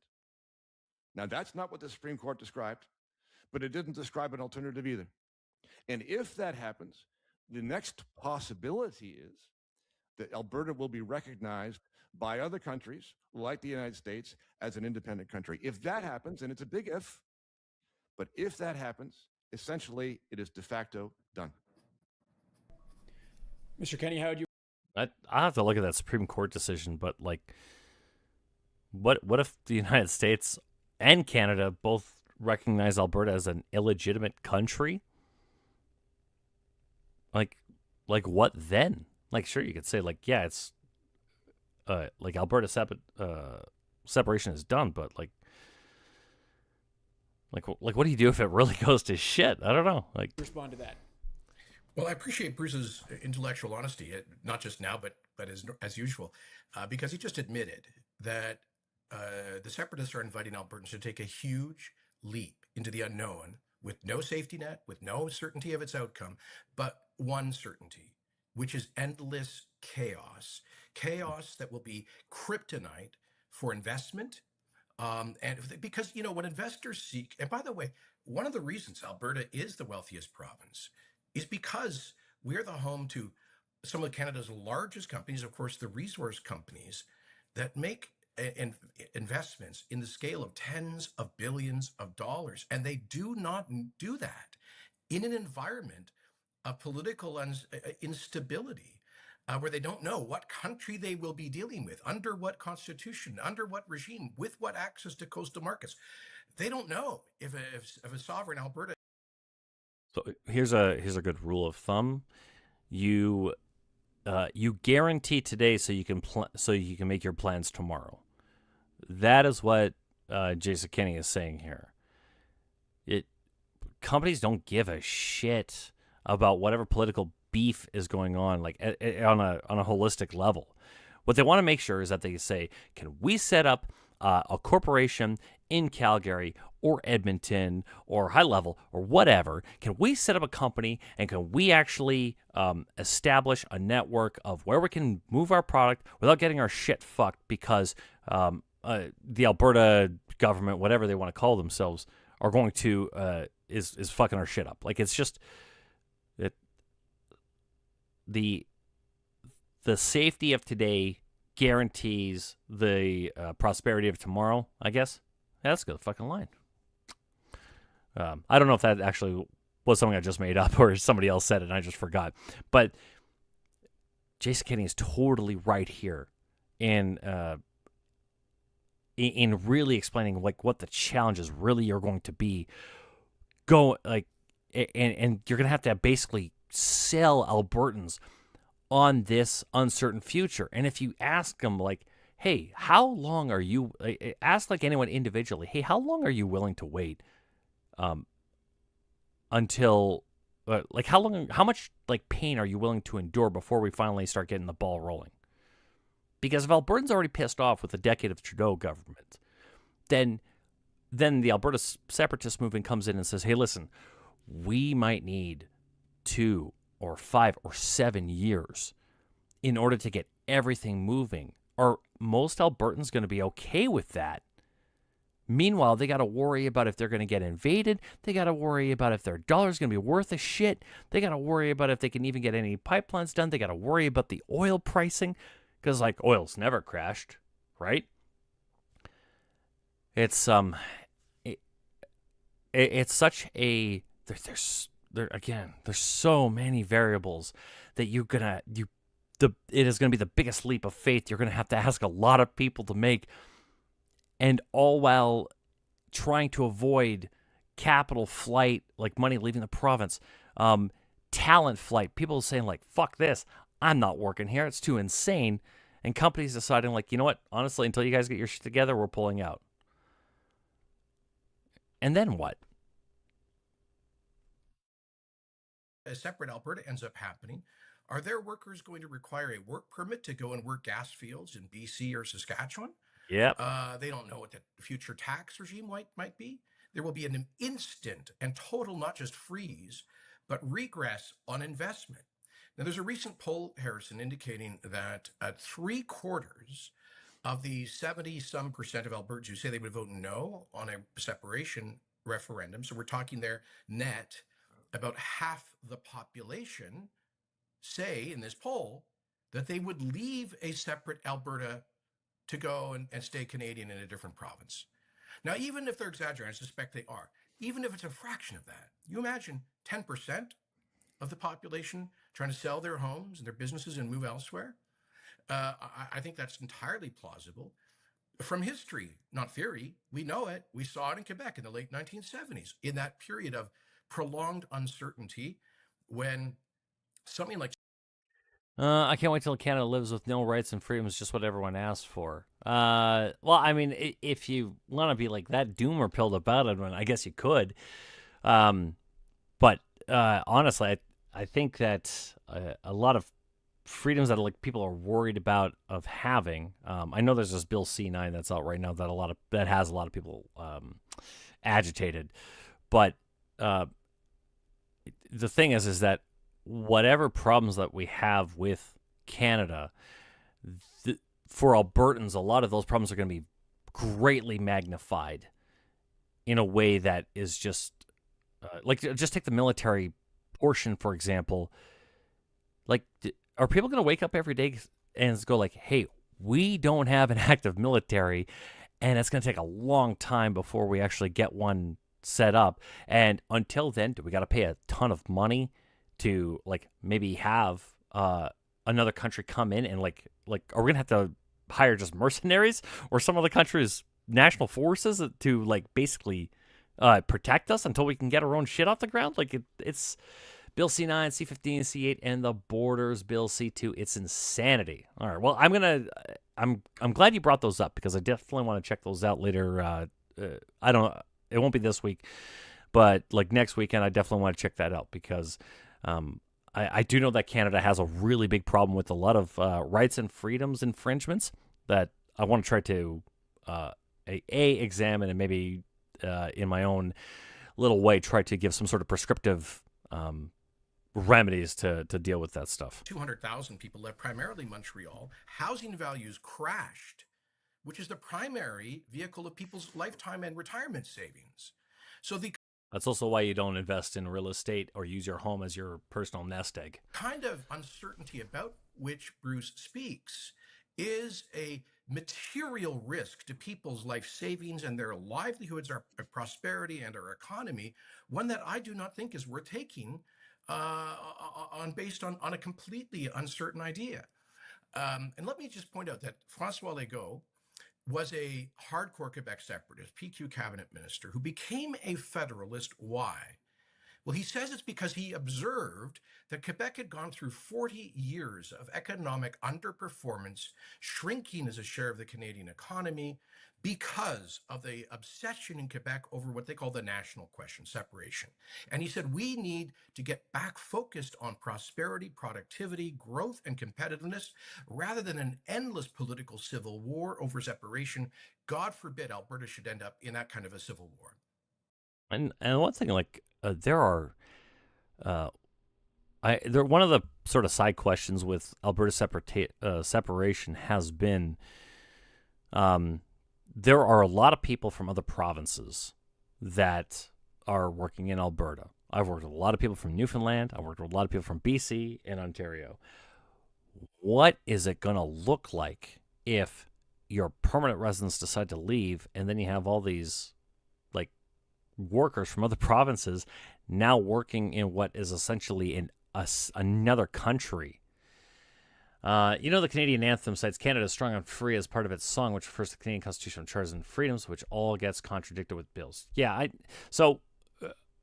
strong and free might also, that might be in the Canadian national anthem, but there is, I know it's a joke song, but like that song from like Team America, where it says like, freedom isn't free, it costs folks like you and me. So like the one thing is like the freedom of what? The rights of what? So like, for example, do we get the right to health care? I don't, well, that wasn't in the Constitution originally. But if we have like the rights to freedom of assembly, well, I mean, what sort of costs or what sort of negative externalities are associated with that? And I feel like the strong and free part is great, but it's not without cost on some level somewhere. And I feel like people don't quite, maybe people have never thought of it in those terms, but it's important to take into consideration, I would think.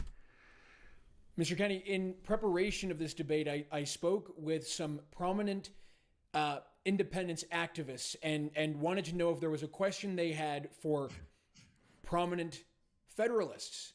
And the question that they gave to me, and I received it multiple times, was simply this. When has the federal government actually helped Albertans get ahead? And they want sort of some concrete examples there. Well, and this is a good riposte to some of Bruce's earlier remarks about Alberta never getting what it demands. It's true, historically, Harrison, that the deeper, older version of what we'll call Western alienation was because, to be honest, Alberta and Saskatchewan were sort of afterthoughts in Confederation created in 1905. And Bruce is right, they were given an inadequate Senate seat allocation, and they didn't have their control over their own mineral resources, for example. But Alberta started to, as it emerged as a new province, started to raise these and other concerns. And in 1934, won the critical natural resource transfer agreement, which gave to Alberta and Saskatchewan ownership over their subsurface mineral rights, upon which we have predicated our modern wealth through the oil. Hold on a second, guys. My son just got up. I'll be right back. Jason Kenney is a joke? How? I mean, I know some people have some problems with him, but I think at least with what he's saying here is, I think is correct. I think emotionally mature. I think is actually, I think that he comes off as the more sensible between these two guys. Now, I know there's a lot of people who have problem with Jason Kenney with how he handled like a lot of the lockdowns during COVID by enforcing them in the first place, which is kind of insane considering that COVID was fucking crazy. But I think that between the two, Jason Kenney seems like the much more realistic, pragmatic of the two.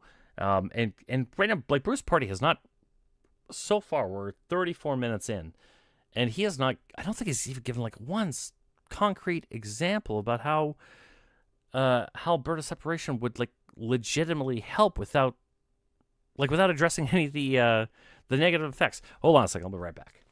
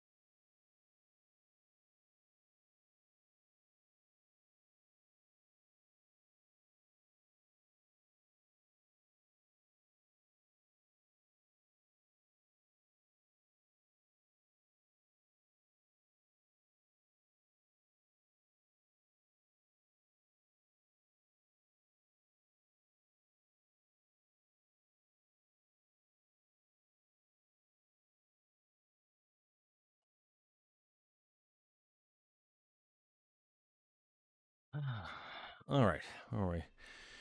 Albertans separate from the totalitarian regime that is known as the Canadian Federation Lobbyists. Very strong words. Oil and gas industry. Fast forward to 1982 in the Patriation of the Constitution.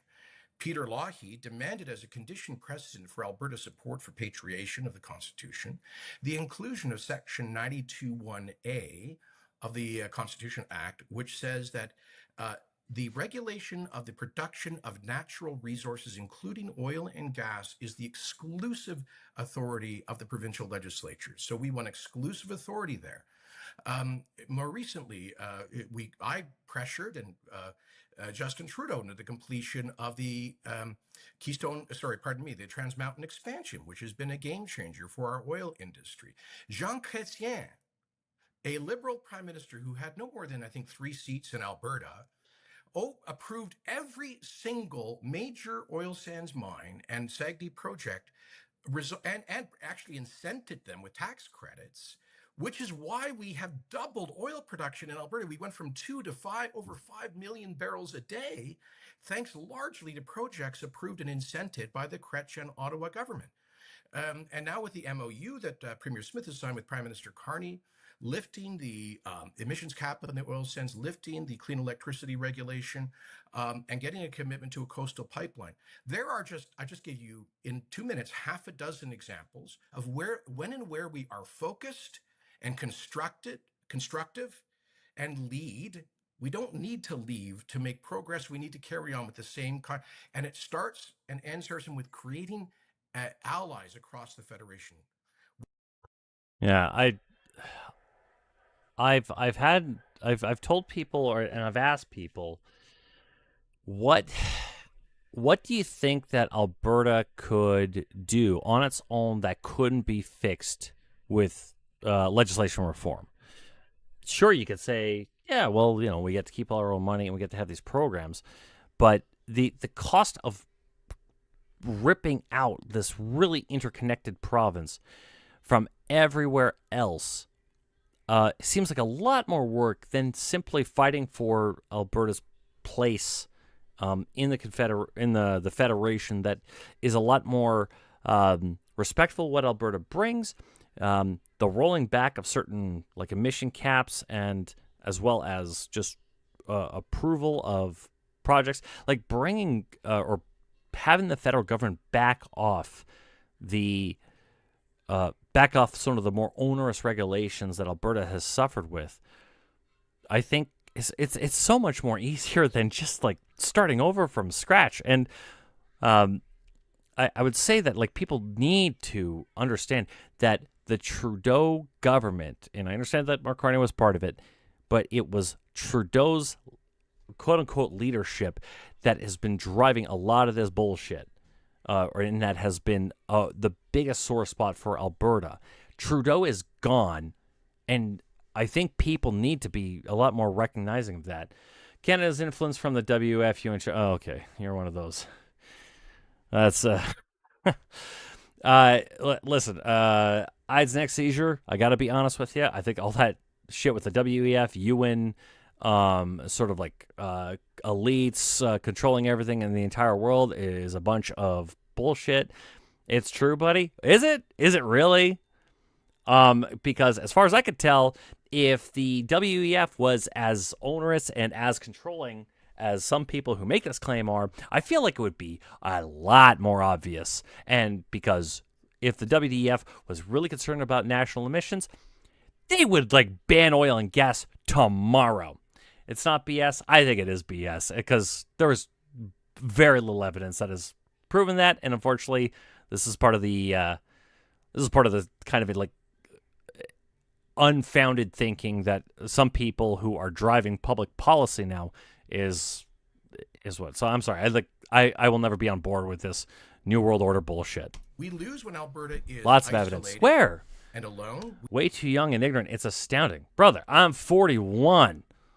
All right, I'm 41 years old. I'm old enough to remember when 9/11 happened and everyone was worried that we're going to be overrun by terrorists and stuff like that, and Al Qaeda's going to bomb my fucking Dairy Queen down the road. I mean, you're delusional. Okay, all right, fine, you're a good one. I'm delusional. We win when we find Delulu. coalitions of common interest across the Federation. That's what Brownlee did in the 30s, Lougheed did in the 80s. Is quite frankly what I did with some of these issues, and that's what we need to continue doing. You can respond to that, Professor Purdy. Yes, and that's exactly the kind of thing that has not worked.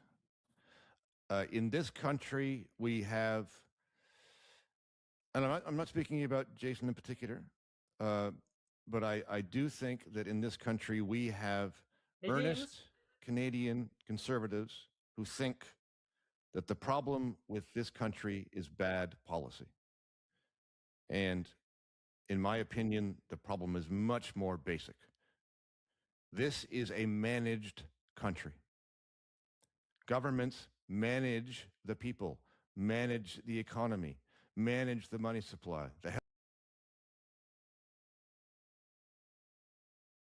Fuck sakes. So I'll give Party this. We have a lot of problems with a lot of industry cartels that really kind of fuck with our supply chain, where basically the government demands that we basically have a price floor on certain goods and services, which unfortunately means that we have to pay more on average for a lot of basic stuff like milk and bread and meats and stuff like that in order to make sure that our farmers get a certain price. I'm not a fan of that. I'm not a really big fan of a lot of price controls in general, because I think that they have generally more negative consequences for markets, and they end up basically artificially inflating prices than they otherwise would be. Healthcare, the food production, speech, education, the interest rate, housing, the price of cheese, and essentially everything else too. Yep, I agree. The big picture here is that the Albertans that I've been talking to are fed up, and they do not want to live in a managed country anymore. In other words, they do not accept the role of government in their lives the way that it exists in this country. This is a Canadian feature, and no amount of incrementalism and policy discussions and negotiations between provinces and the federal government is going to change any of that. Governments run this country. That's the thing that needs to change. And there is no prospect of changing that in any fundamental way without a new and different kind of constitution. In other words, what Jason is describing essentially is status quo with a little bit. Hold on. Somebody said, "Do you know where the annual summit is held? What, Davos in Switzerland? Is that what you're talking about? Yeah, you know nothing about the WFNEN or anything, completely ignorant, calling facts conspiracy." Okay, listen. I mean, if you want to go ahead and talk about how the UN and this is why you won't grow as a channel. Okay, well, no, it's because I don't grow as a channel because I'm an idiot. You're a fool. Okay, well, good job. Thank you. Thank you for your super much wow 200 IQ analysis, buddy. Bit of incremental change around the margins. And that's the approach that has been taken for decades. You're dumb. Well, at least you spelled you're right, you fucking loser. I was a fan of Stephen Harper. I enjoyed his time as prime minister. But if we look back and say, what is the legacy in structural constitutional terms? How has Canada changed for the better as a result of the time that Stephen Harper was in office? And the answer is, I don't see anything. Nothing lasting. I approve of some of the policies. I think Jason did a great job as the minister of various things, but nothing lasts. And what we've had for the past 10 years plus is a different kind of government that has pulled this country down to below the level of Alabama. And there are no prospects for fundamental change on the table. Entertaining coverage? Thank you, Bobber. I don't know about entertaining. I mean, that's I'm trying to just educate myself more because, as is next seizure. I am dumb. I don't know anything. So I'm trying to educate myself. But in part of the learning about myself, you also learn what not to trust. And the WEF shit is so based on a lot of conjecture and a lot of just a lot of assumptions about people's motivations from day to day, and just like people misreading about of certain quotes. Like you guys know that quote like oh, you'll own nothing and be happy. This was like a fucking essay. I can't remember if it was like some Dutch economist or something like that basically proposed a hypothetical scenario about what the future could look like, where if, for example, you were able to live in a world where homelessness was ended because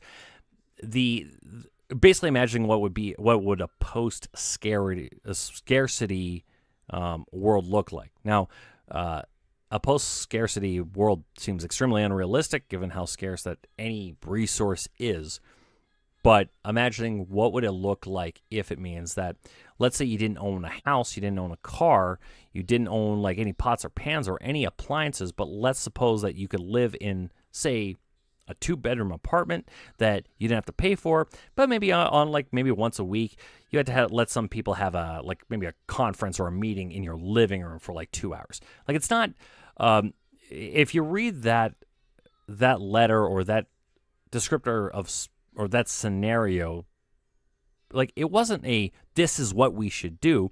It's more like this is maybe one avenue that we can go down that might help really deal with like the problem of like unhoused persons or homeless people.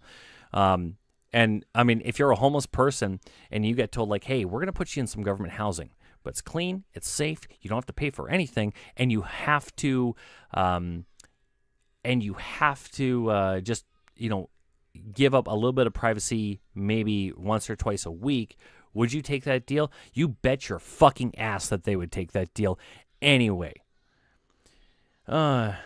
It's not an assumption, LMAO. You just like hearing yourself talk. You had nothing to say. Well, I got a lot more concrete stuff to say besides your fucking retarded ass, so shut the fuck up. Mr. Purdy, this is something you've written about, and many Alberta First Nations have publicly stated that they will refuse to recognize an independent Alberta.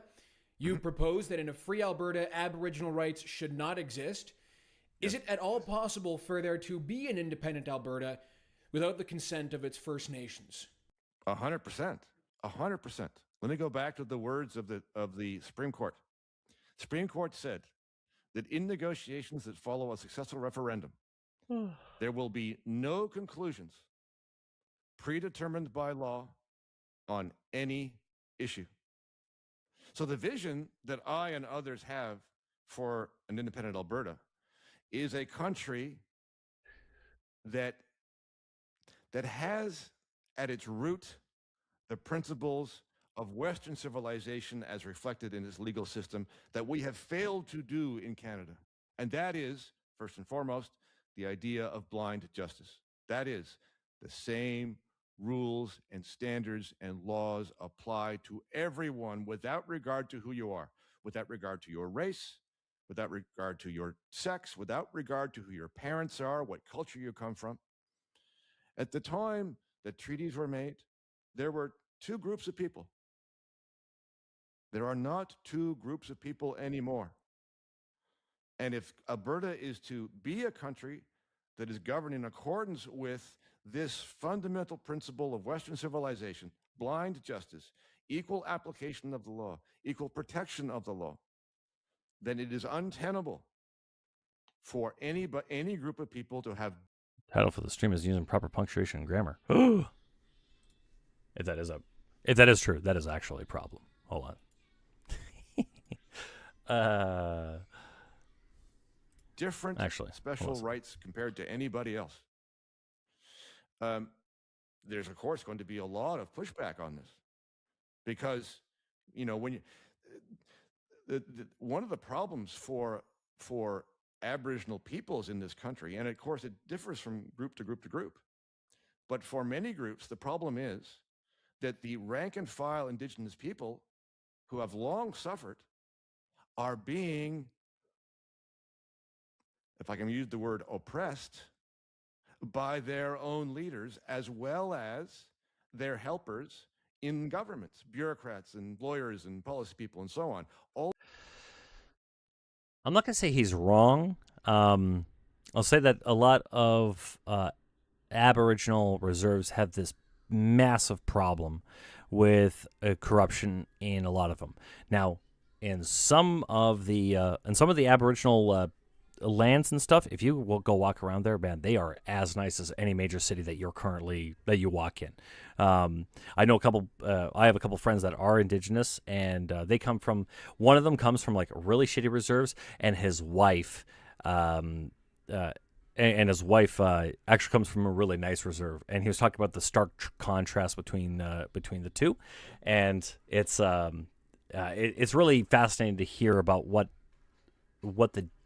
the stark difference between the two, just in terms of infrastructure. Unfortunately, a lot of the way that treaties are set up between the federal government and native reserves are seem like they were like kind of haphazard. Didn't seem like a lot of them were actually done so in good faith. But I mean, at the time when a lot of the early governments probably didn't look at the Aboriginal people as like full human beings anyway. I don't know. All of whom insist that the present system must continue. The present system must not continue. This is one of the reasons for Alberta to leave, because the present system is entrenched in the Canadian Constitution in a way that cannot be fixed. Section 35 says the existing, as of 1982, the existing Aboriginal and treaty rights are guaranteed in the Constitution. Now, if you decide as a country that, this doesn't work anymore, it is to the detriment of the people that it claims to protect. What are you going to do? It's impossible to change. How would you respond, Mr. Kenney? Well, Bruce has given, I think, a thoughtful articulation of the sort of classical liberal perspective that race should not be a factor in the relationship between the state and the individual. But enjoy your time out, is next seizure, fucking dickhead. That ship sailed around in the 1870s in the Alberta Western Canadian context when we signed those treaties. That cannot, and what Bruce is articulating, I think by the way, there's an internal debate, Harrison, or an internal disagreement amongst pro-separatists. I think Bruce is being the intellectually honest one here. There are others. Hold on a second, guys.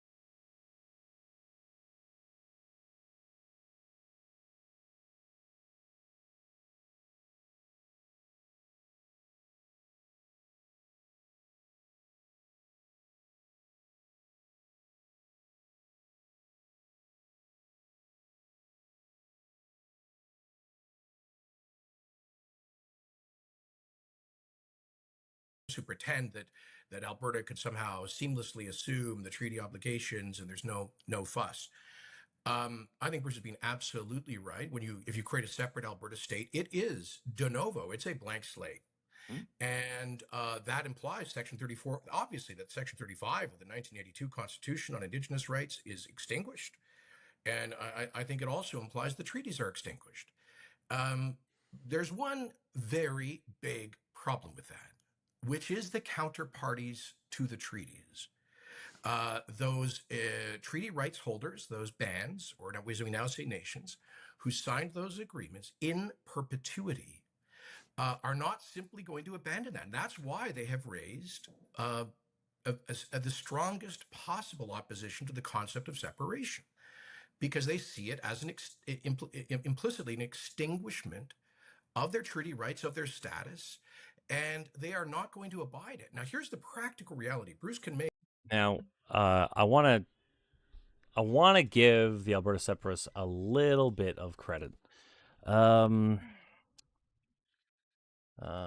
Prosperity. I want to try to find that. There's one piece of that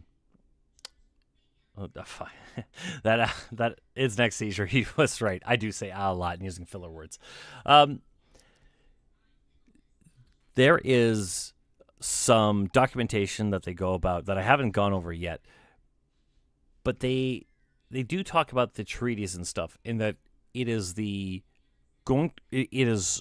one of the big things that they want to focus on is making sure that they can still recognize and respect those treaties going forward. Where the fuck is that? Is it the value of freedom? That's right. So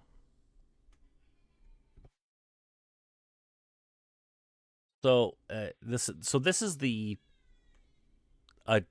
fiscal plan for Alberta. Like, what would this look like fiscally with oil revenues and stuff like that?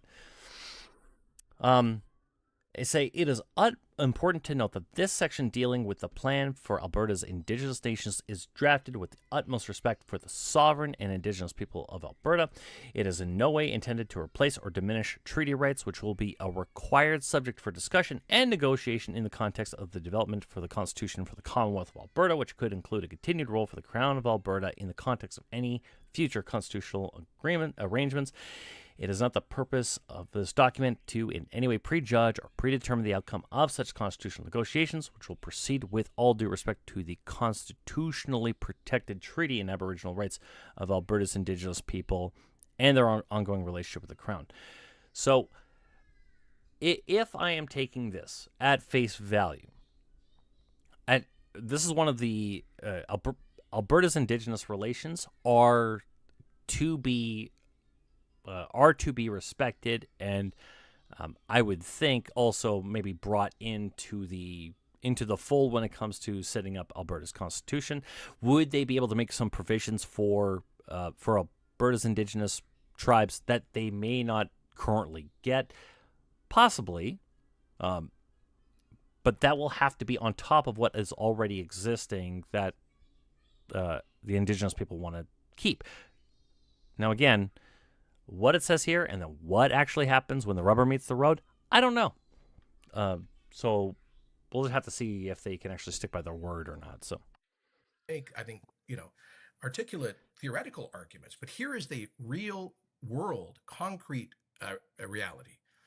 That if we go down that road, we will move from what is, I think, broadly a very positive relationship between Alberta First Nations and the private sector and with the Alberta government to one of constant and serious conflict. There will be endless litigation and certainly much more than that, social and economic strife. Right now, Harrison, almost all of the Alberta First Nations are not just support, but are active participants in the oil and gas industry, for example.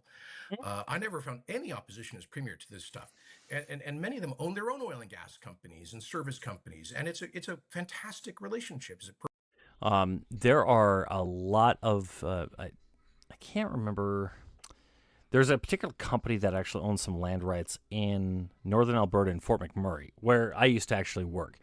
And they have like this one company that they use haul trucks to help move bitumen from the ground to basically the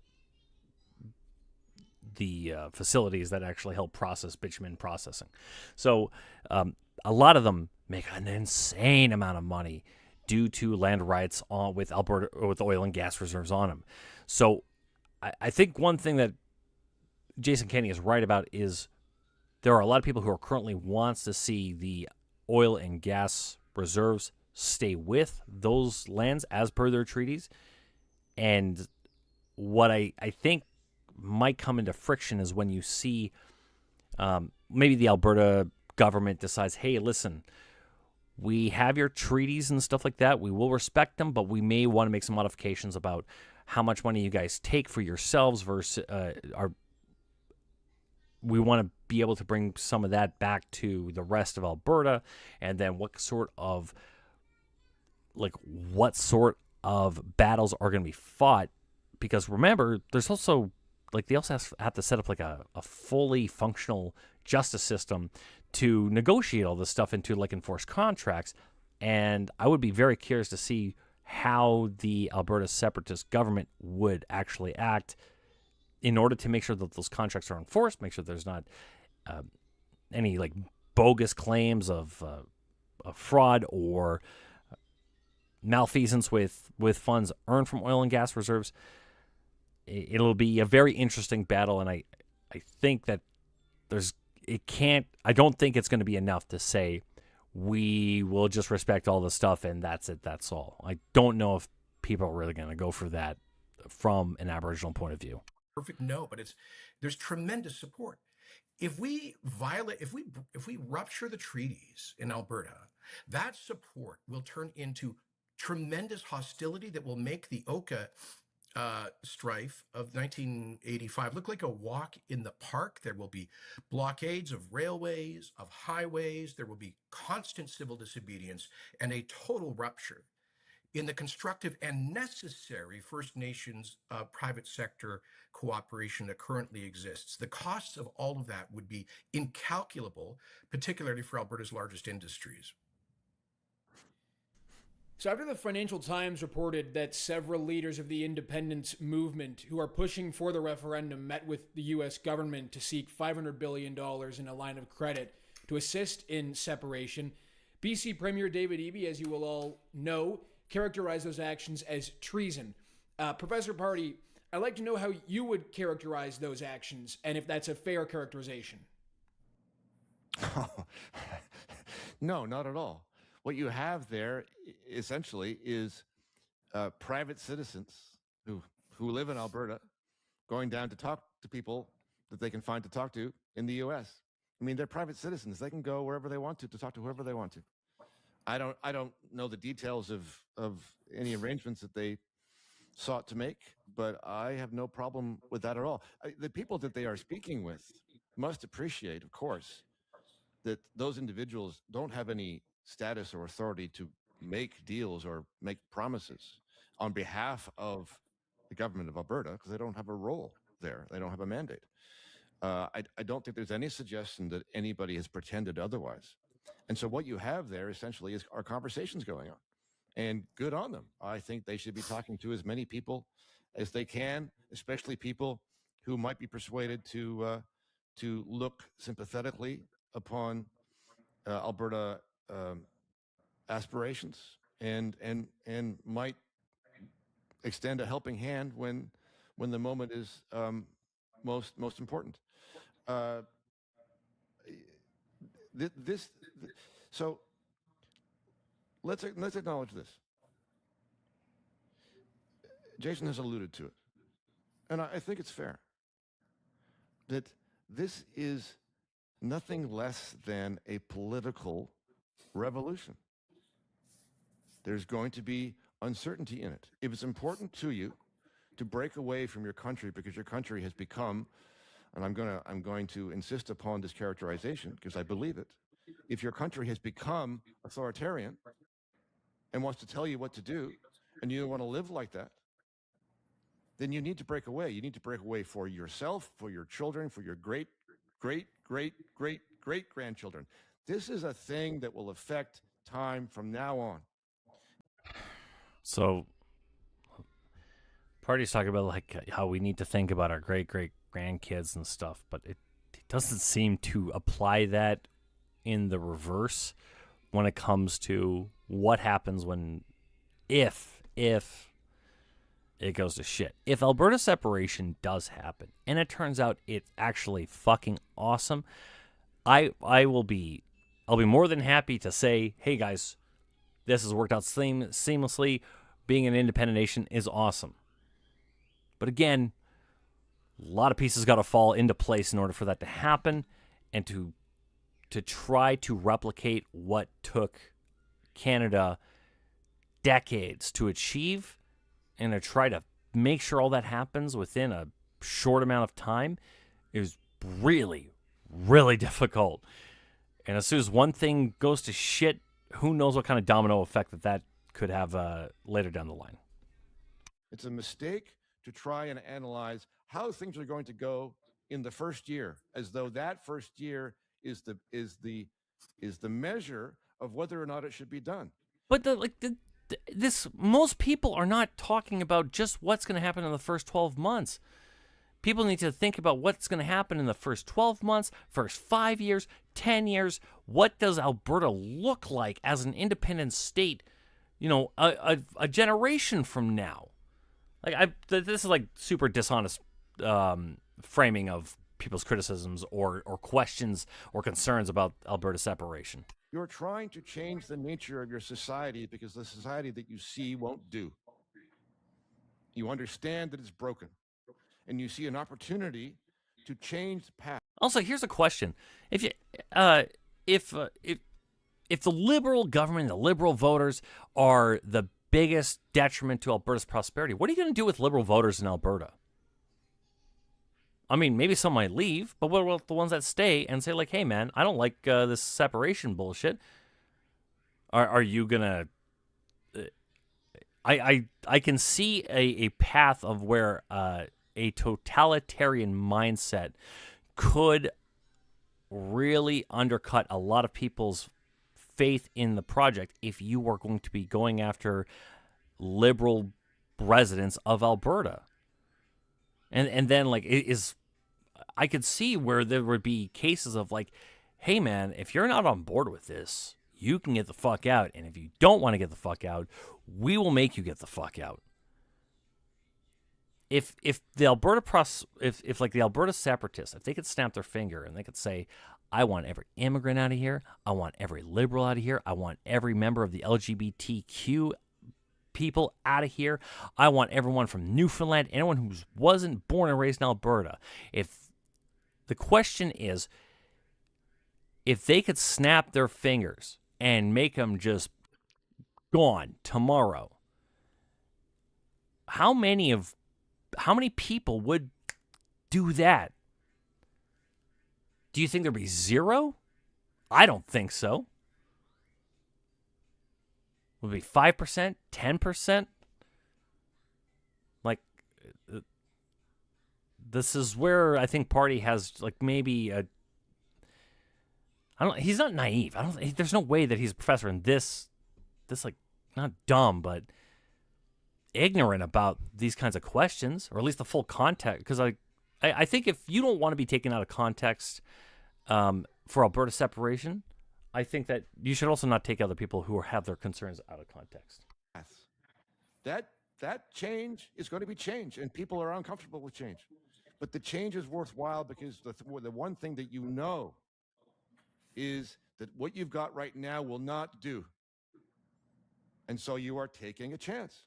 You're going to encounter some change. You're going to encounter the possibility in the future of establishing a country that has a legal system, for example, that has rules that are in fact certain, unlike the rules we have in Canada. Like Jason referred to dealing with First Nations. We have rules in Canada about First Nations participation in things, like, for example, the duty to consult, that nobody knows what they mean, including and especially the resource companies. The situation that Jason alludes to has the opposite effect of what he's alleging, which is this is a country of uncertainty. It's why this MOU he referred to between Danielle Smith and Mark Carney is not worth the paper it's written on. That pipeline is not going to be built. Mr. Kenney. Well, I think the question was about these guys going down to Washington and talking to people ostensibly in the Trump administration. I think the State Department has subsequently said they didn't meet with any senior officials, and there will be no more meetings. So, let me be blunt, Harrison. Most of the leadership of the so-called Alberta separatist movement are marginal cranks, and I don't say that subjectively. Damn. These guys have been running in elections since 1980, for heaven's sakes, in serial federal and provincial elections with marginal separatist parties. Most recently, in 2021, with the height of Justin Trudeau's unpopularity, the COVID convoy movement emerging, the Maverick Party led by former Harvard Cabinet Minister, Separatist Party, got the Maverick Party. I forgot about those guys. Yeah, Jesus. 0.02% of the votes in Western. Hold on a second, guys.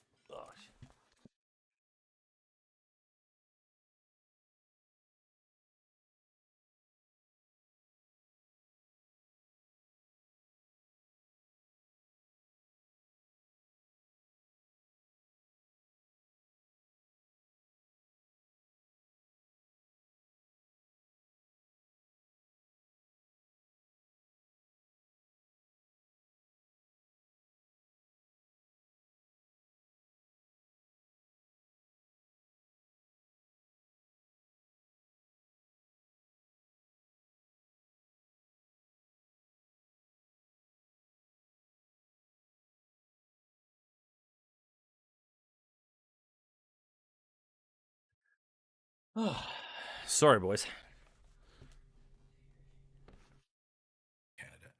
So that's what I say when I mean marginal. So these guys think they are a big deal when they book their flight to Washington and they go and meet the janitor at the State Department and they talk about how they're going to get a $500 billion line of credit.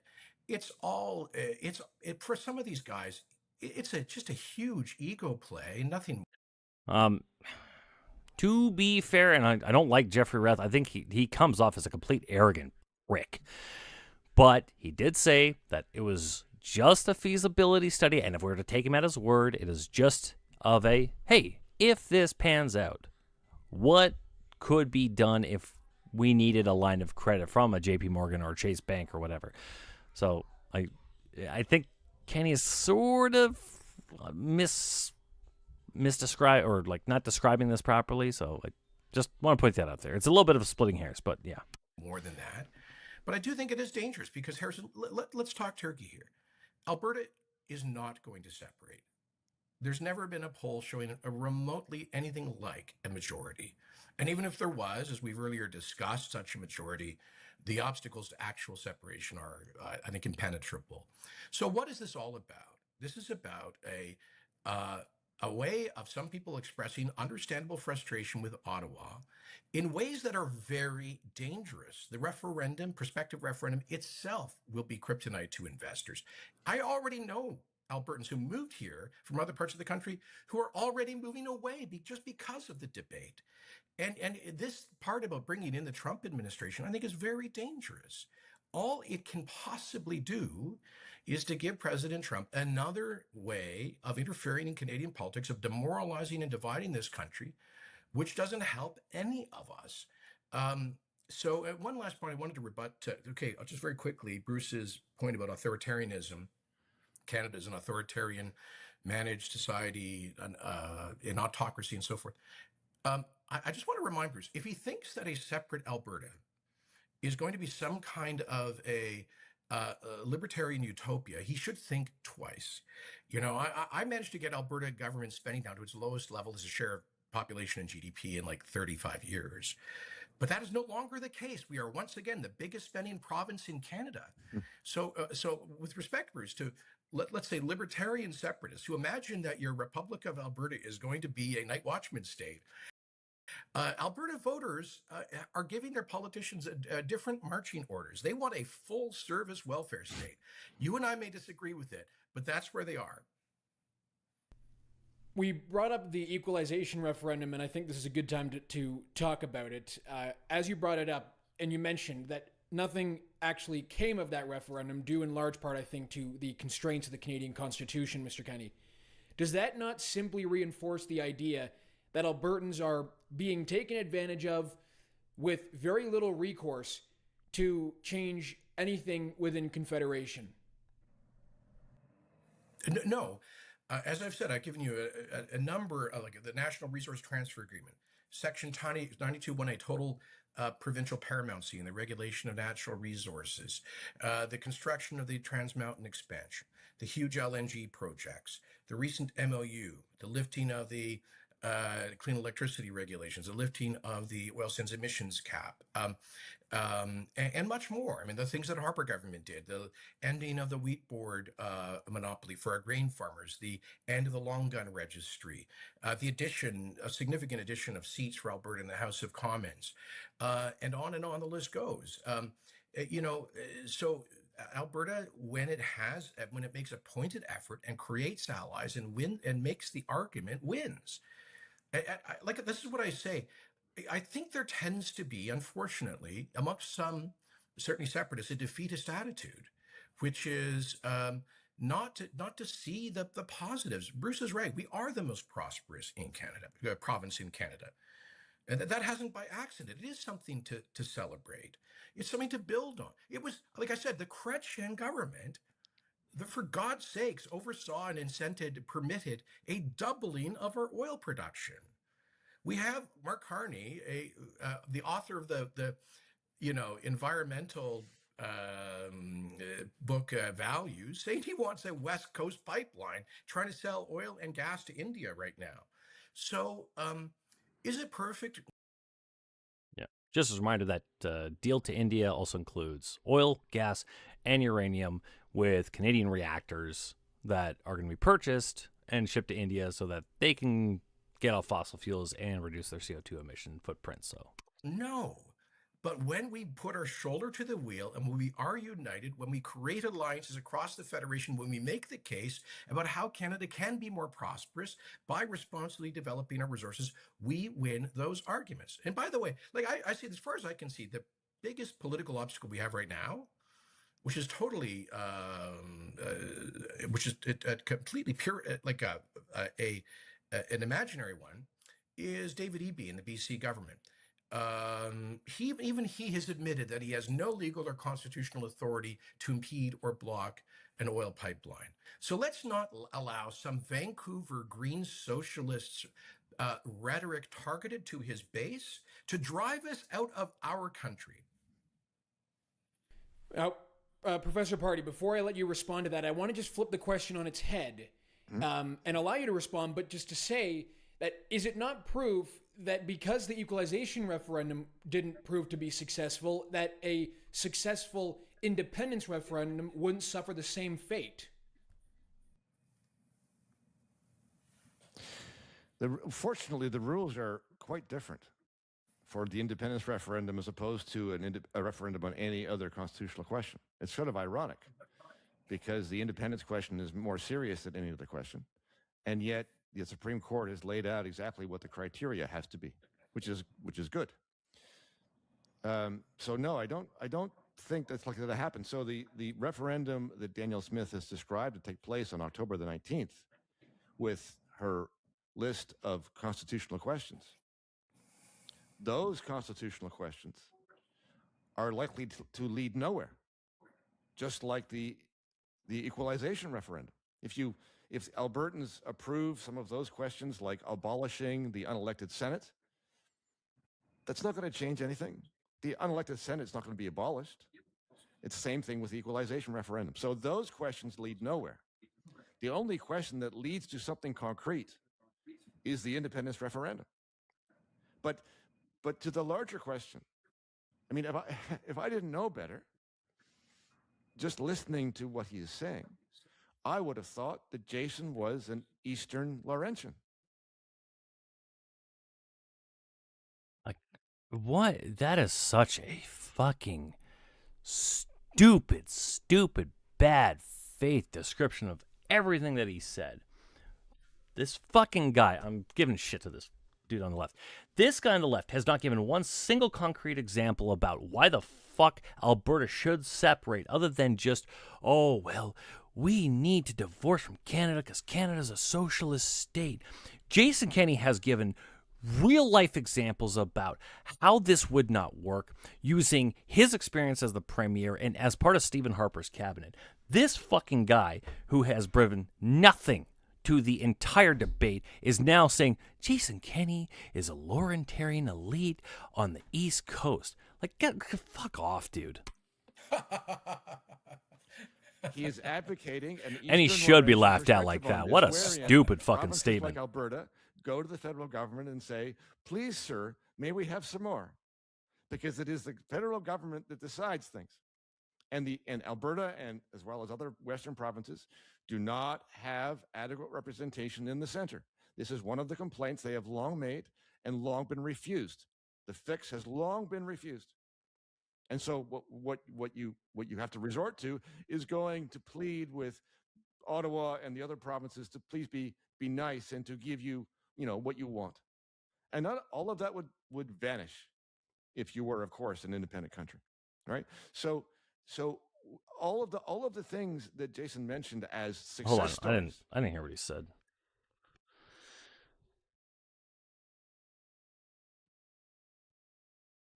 Hey, babe, can you shut the door?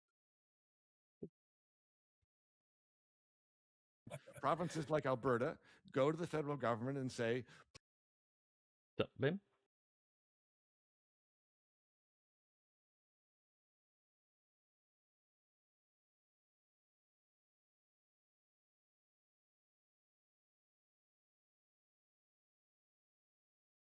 please, sir, may we have some more?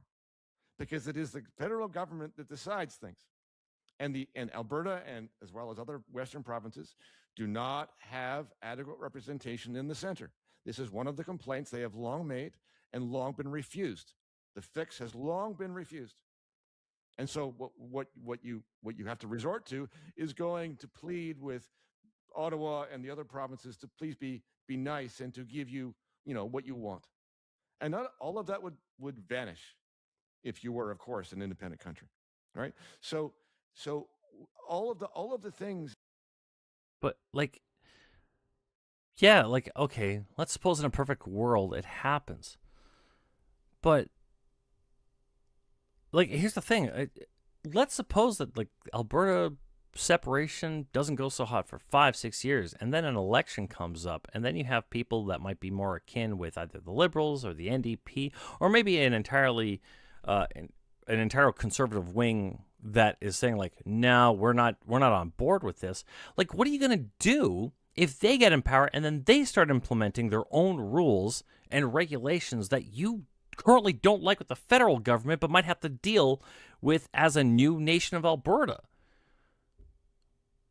Like, these people talk about separation like it's just gonna, like, the separation is just gonna cure all ails and that's it. And I don't blame like regular residents for thinking this way, but what I do blame are people who are arguing for it on some sort of like national level or provincial level, I guess in this case. But it's such a it's just really frustrating. That Jason mentioned as success stories lie, and I dispute many of them, but the point right now is those things lie outside the Constitution. They don't change stuff. They don't change representation. They don't change jurisdiction. They don't change the federal government's ability to say, no, we don't want to have a pipeline there.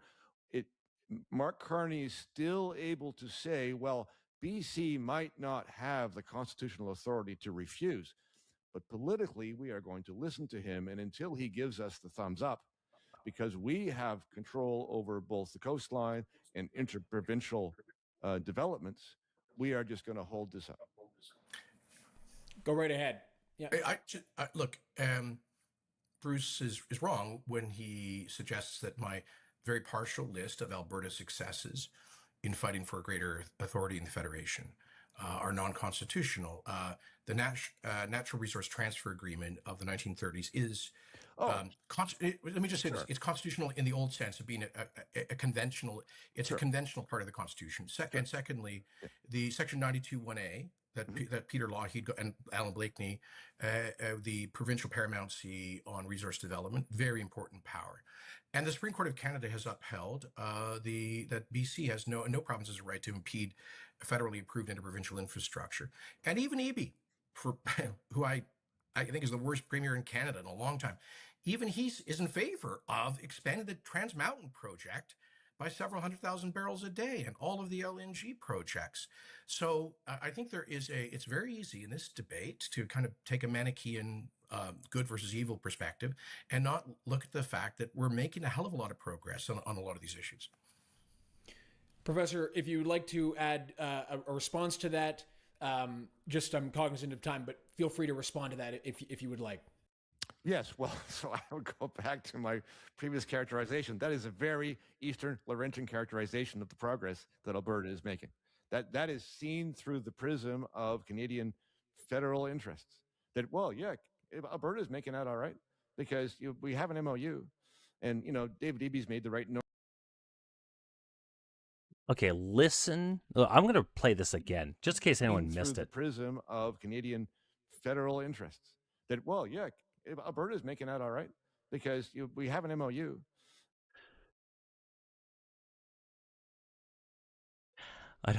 I'm starting to get a little mad because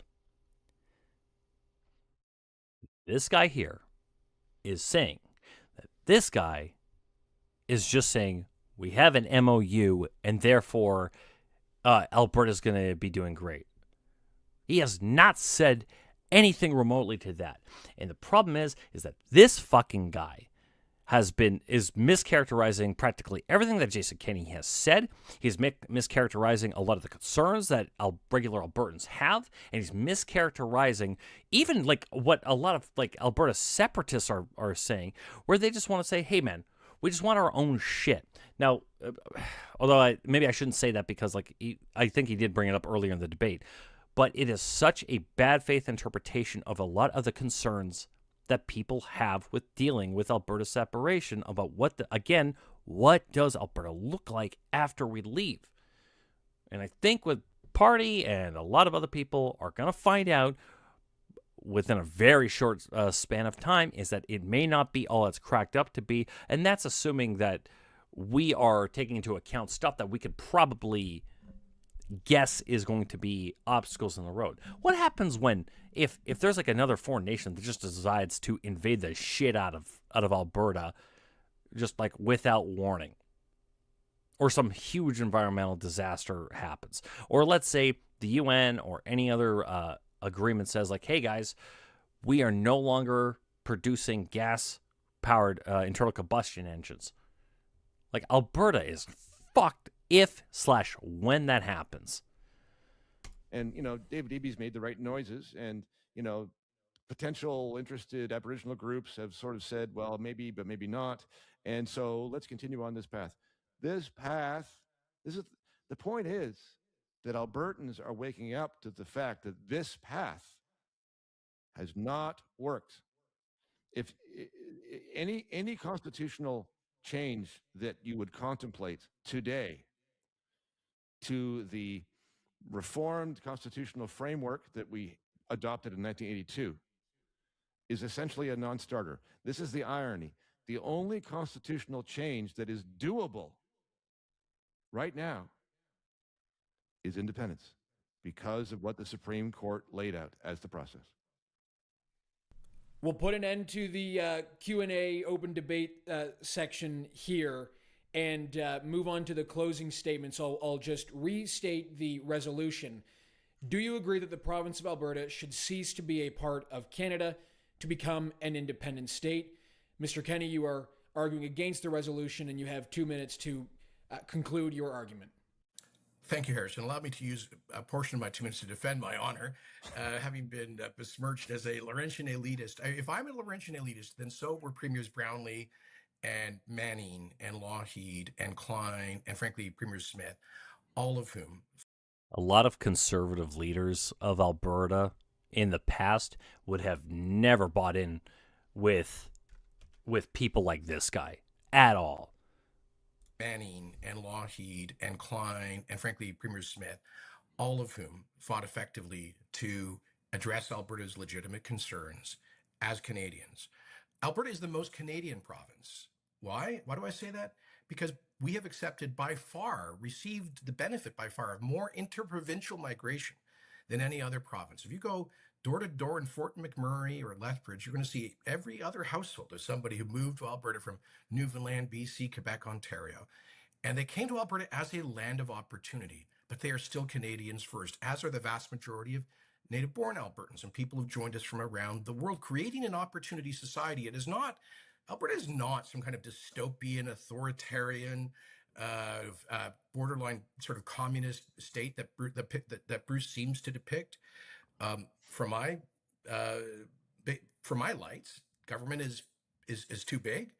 I would like to see greater restraints on that. I try to reflect that in my fiscal policy, but those are choices that Albertans can and do make. The notion that if we go down the dangerous, risky, uncertain path of rupture, and this is really what Bruce is describing, a constitutional revolution, we set aside everything we know in order to go through into a totally uncertain future. We turn positive relations with Alberta's First Nations into a massive social disruption. We have no guaranteed coastal access, no guaranteed access to the Canadian or international markets. We need work permits to go to Regina or Prince George. Ooh, Prince George mentioned. We have to build our own. That's where I graduated from, so just FYI. Military, police, and if we replicate the size of smaller European states, all of that is more expensive and higher taxes. And oh, by the way, you get to drive away investment and drive down the value of your homes at the same time. For what? So I just think that the putative advantages are massively outweighed by the risks. And at the end of the day, as I said at the beginning, we should lead Canada, not leave Canada. We should mend Canada, not end Canada. Let's get back common sense federal government like we had under Stephen Harper. Find allies across the country and continue to make progress so we continue to be the most prosperous place in Canada. Professor Purdy, in favor of the resolution, your closing statement.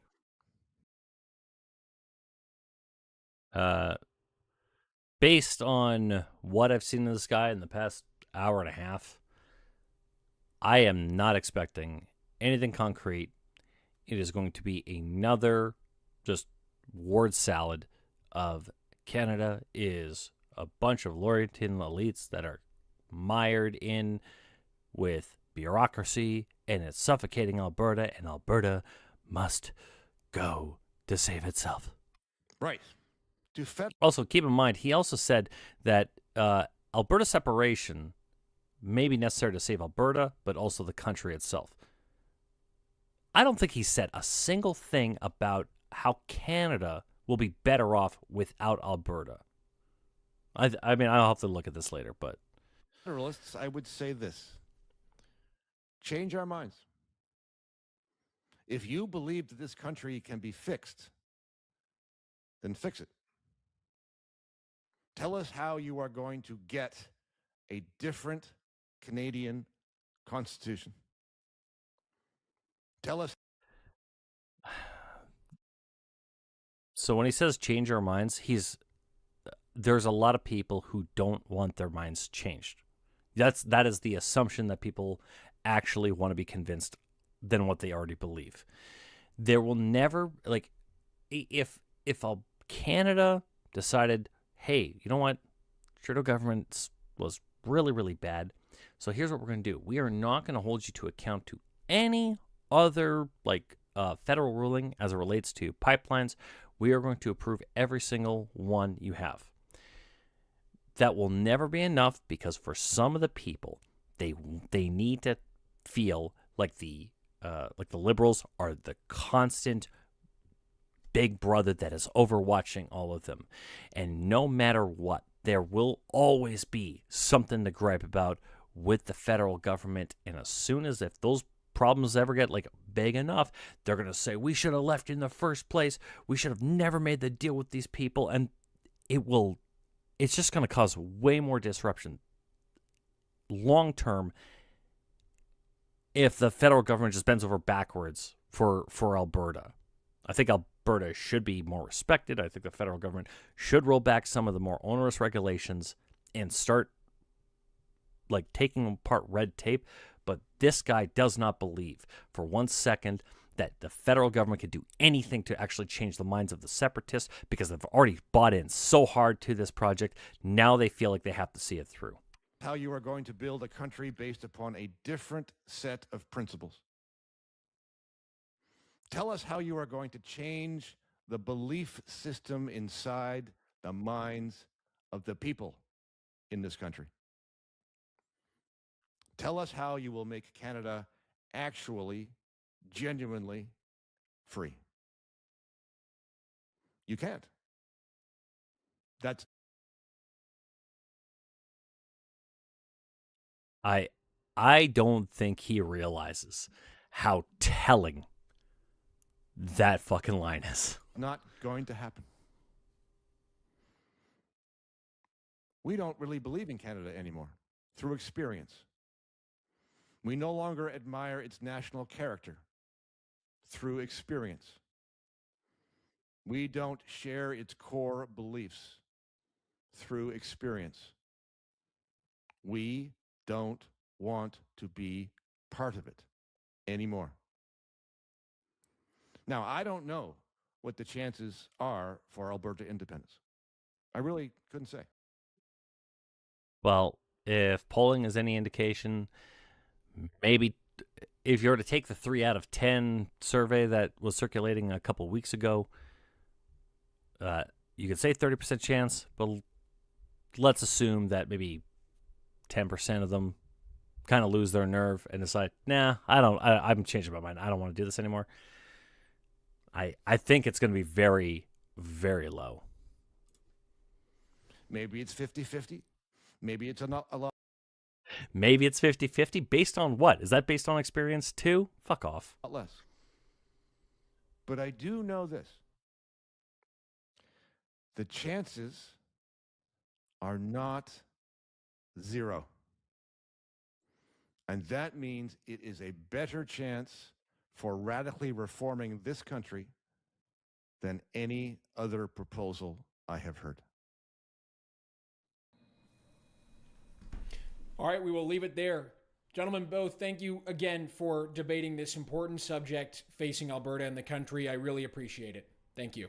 To the audience, let me know in the comments who you think presented the best case and why, who won the debate, and if your opinion changed. If you click the link in the description of this video or scan the QR code on screen, you can get 83%. The Albertans used to want in, now we want out. Kenney got the punt as Alberta premier for a reason. Norway separated from Sweden, now won the most medals last month at the Winter Olympics. What? This has nothing to do with the discussion. So according to Kenney, Canada is absolutely booming. Like, Bruce won. I don't forget COVID, sir. Oh, I was just going to, not Alberta, and we kicked him out of Alberta for a reason. The more Kenney speaks, the more Alberta should want out. This is like, this is the level of, like, of education that these people are operating on. And like with Ed's next seizure, like saying like, oh no, you got to be like more up on the facts about the WEF and the UN. They're coming to control us all. Like Bruce said his best in his closing, there is no other choice. Yeah, these people don't actually want to be educated. They don't want their minds changed. I'm glad this like existed because I think that this is a really good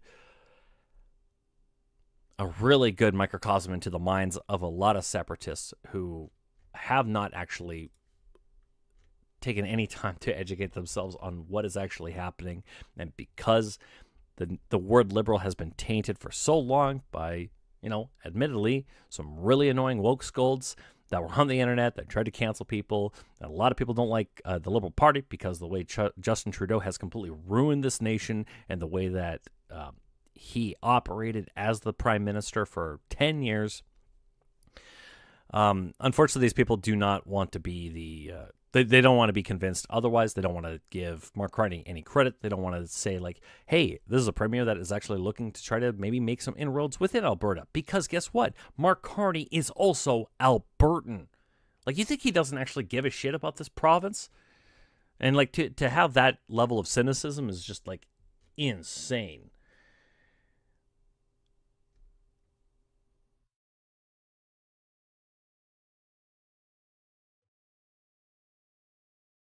Canada's on a fast track to the WEF 2030 agenda. Lost free speech, property rights, etc., etc. Okay. So wait a minute. Hold on. Carney will bring in digital ID and currency. Didn't the Alberta Prosperity Project talk about how what they're going to do for their financial systems is to actually say that they might move to fucking Bitcoin, like, which I'm not necessarily opposed to, but like to make this sort of like claim against them when the when separation people have talked about how they want to move to fucking Bitcoin pegged to or to the US dollar, like, fucking AIDS. All right, I gotta go. So we'll chat with you later. Thanks for everyone who showed up. It's next seizure. If you're still watching this, go fuck yourself. I hope your dog fucks your asshole while you're sleeping.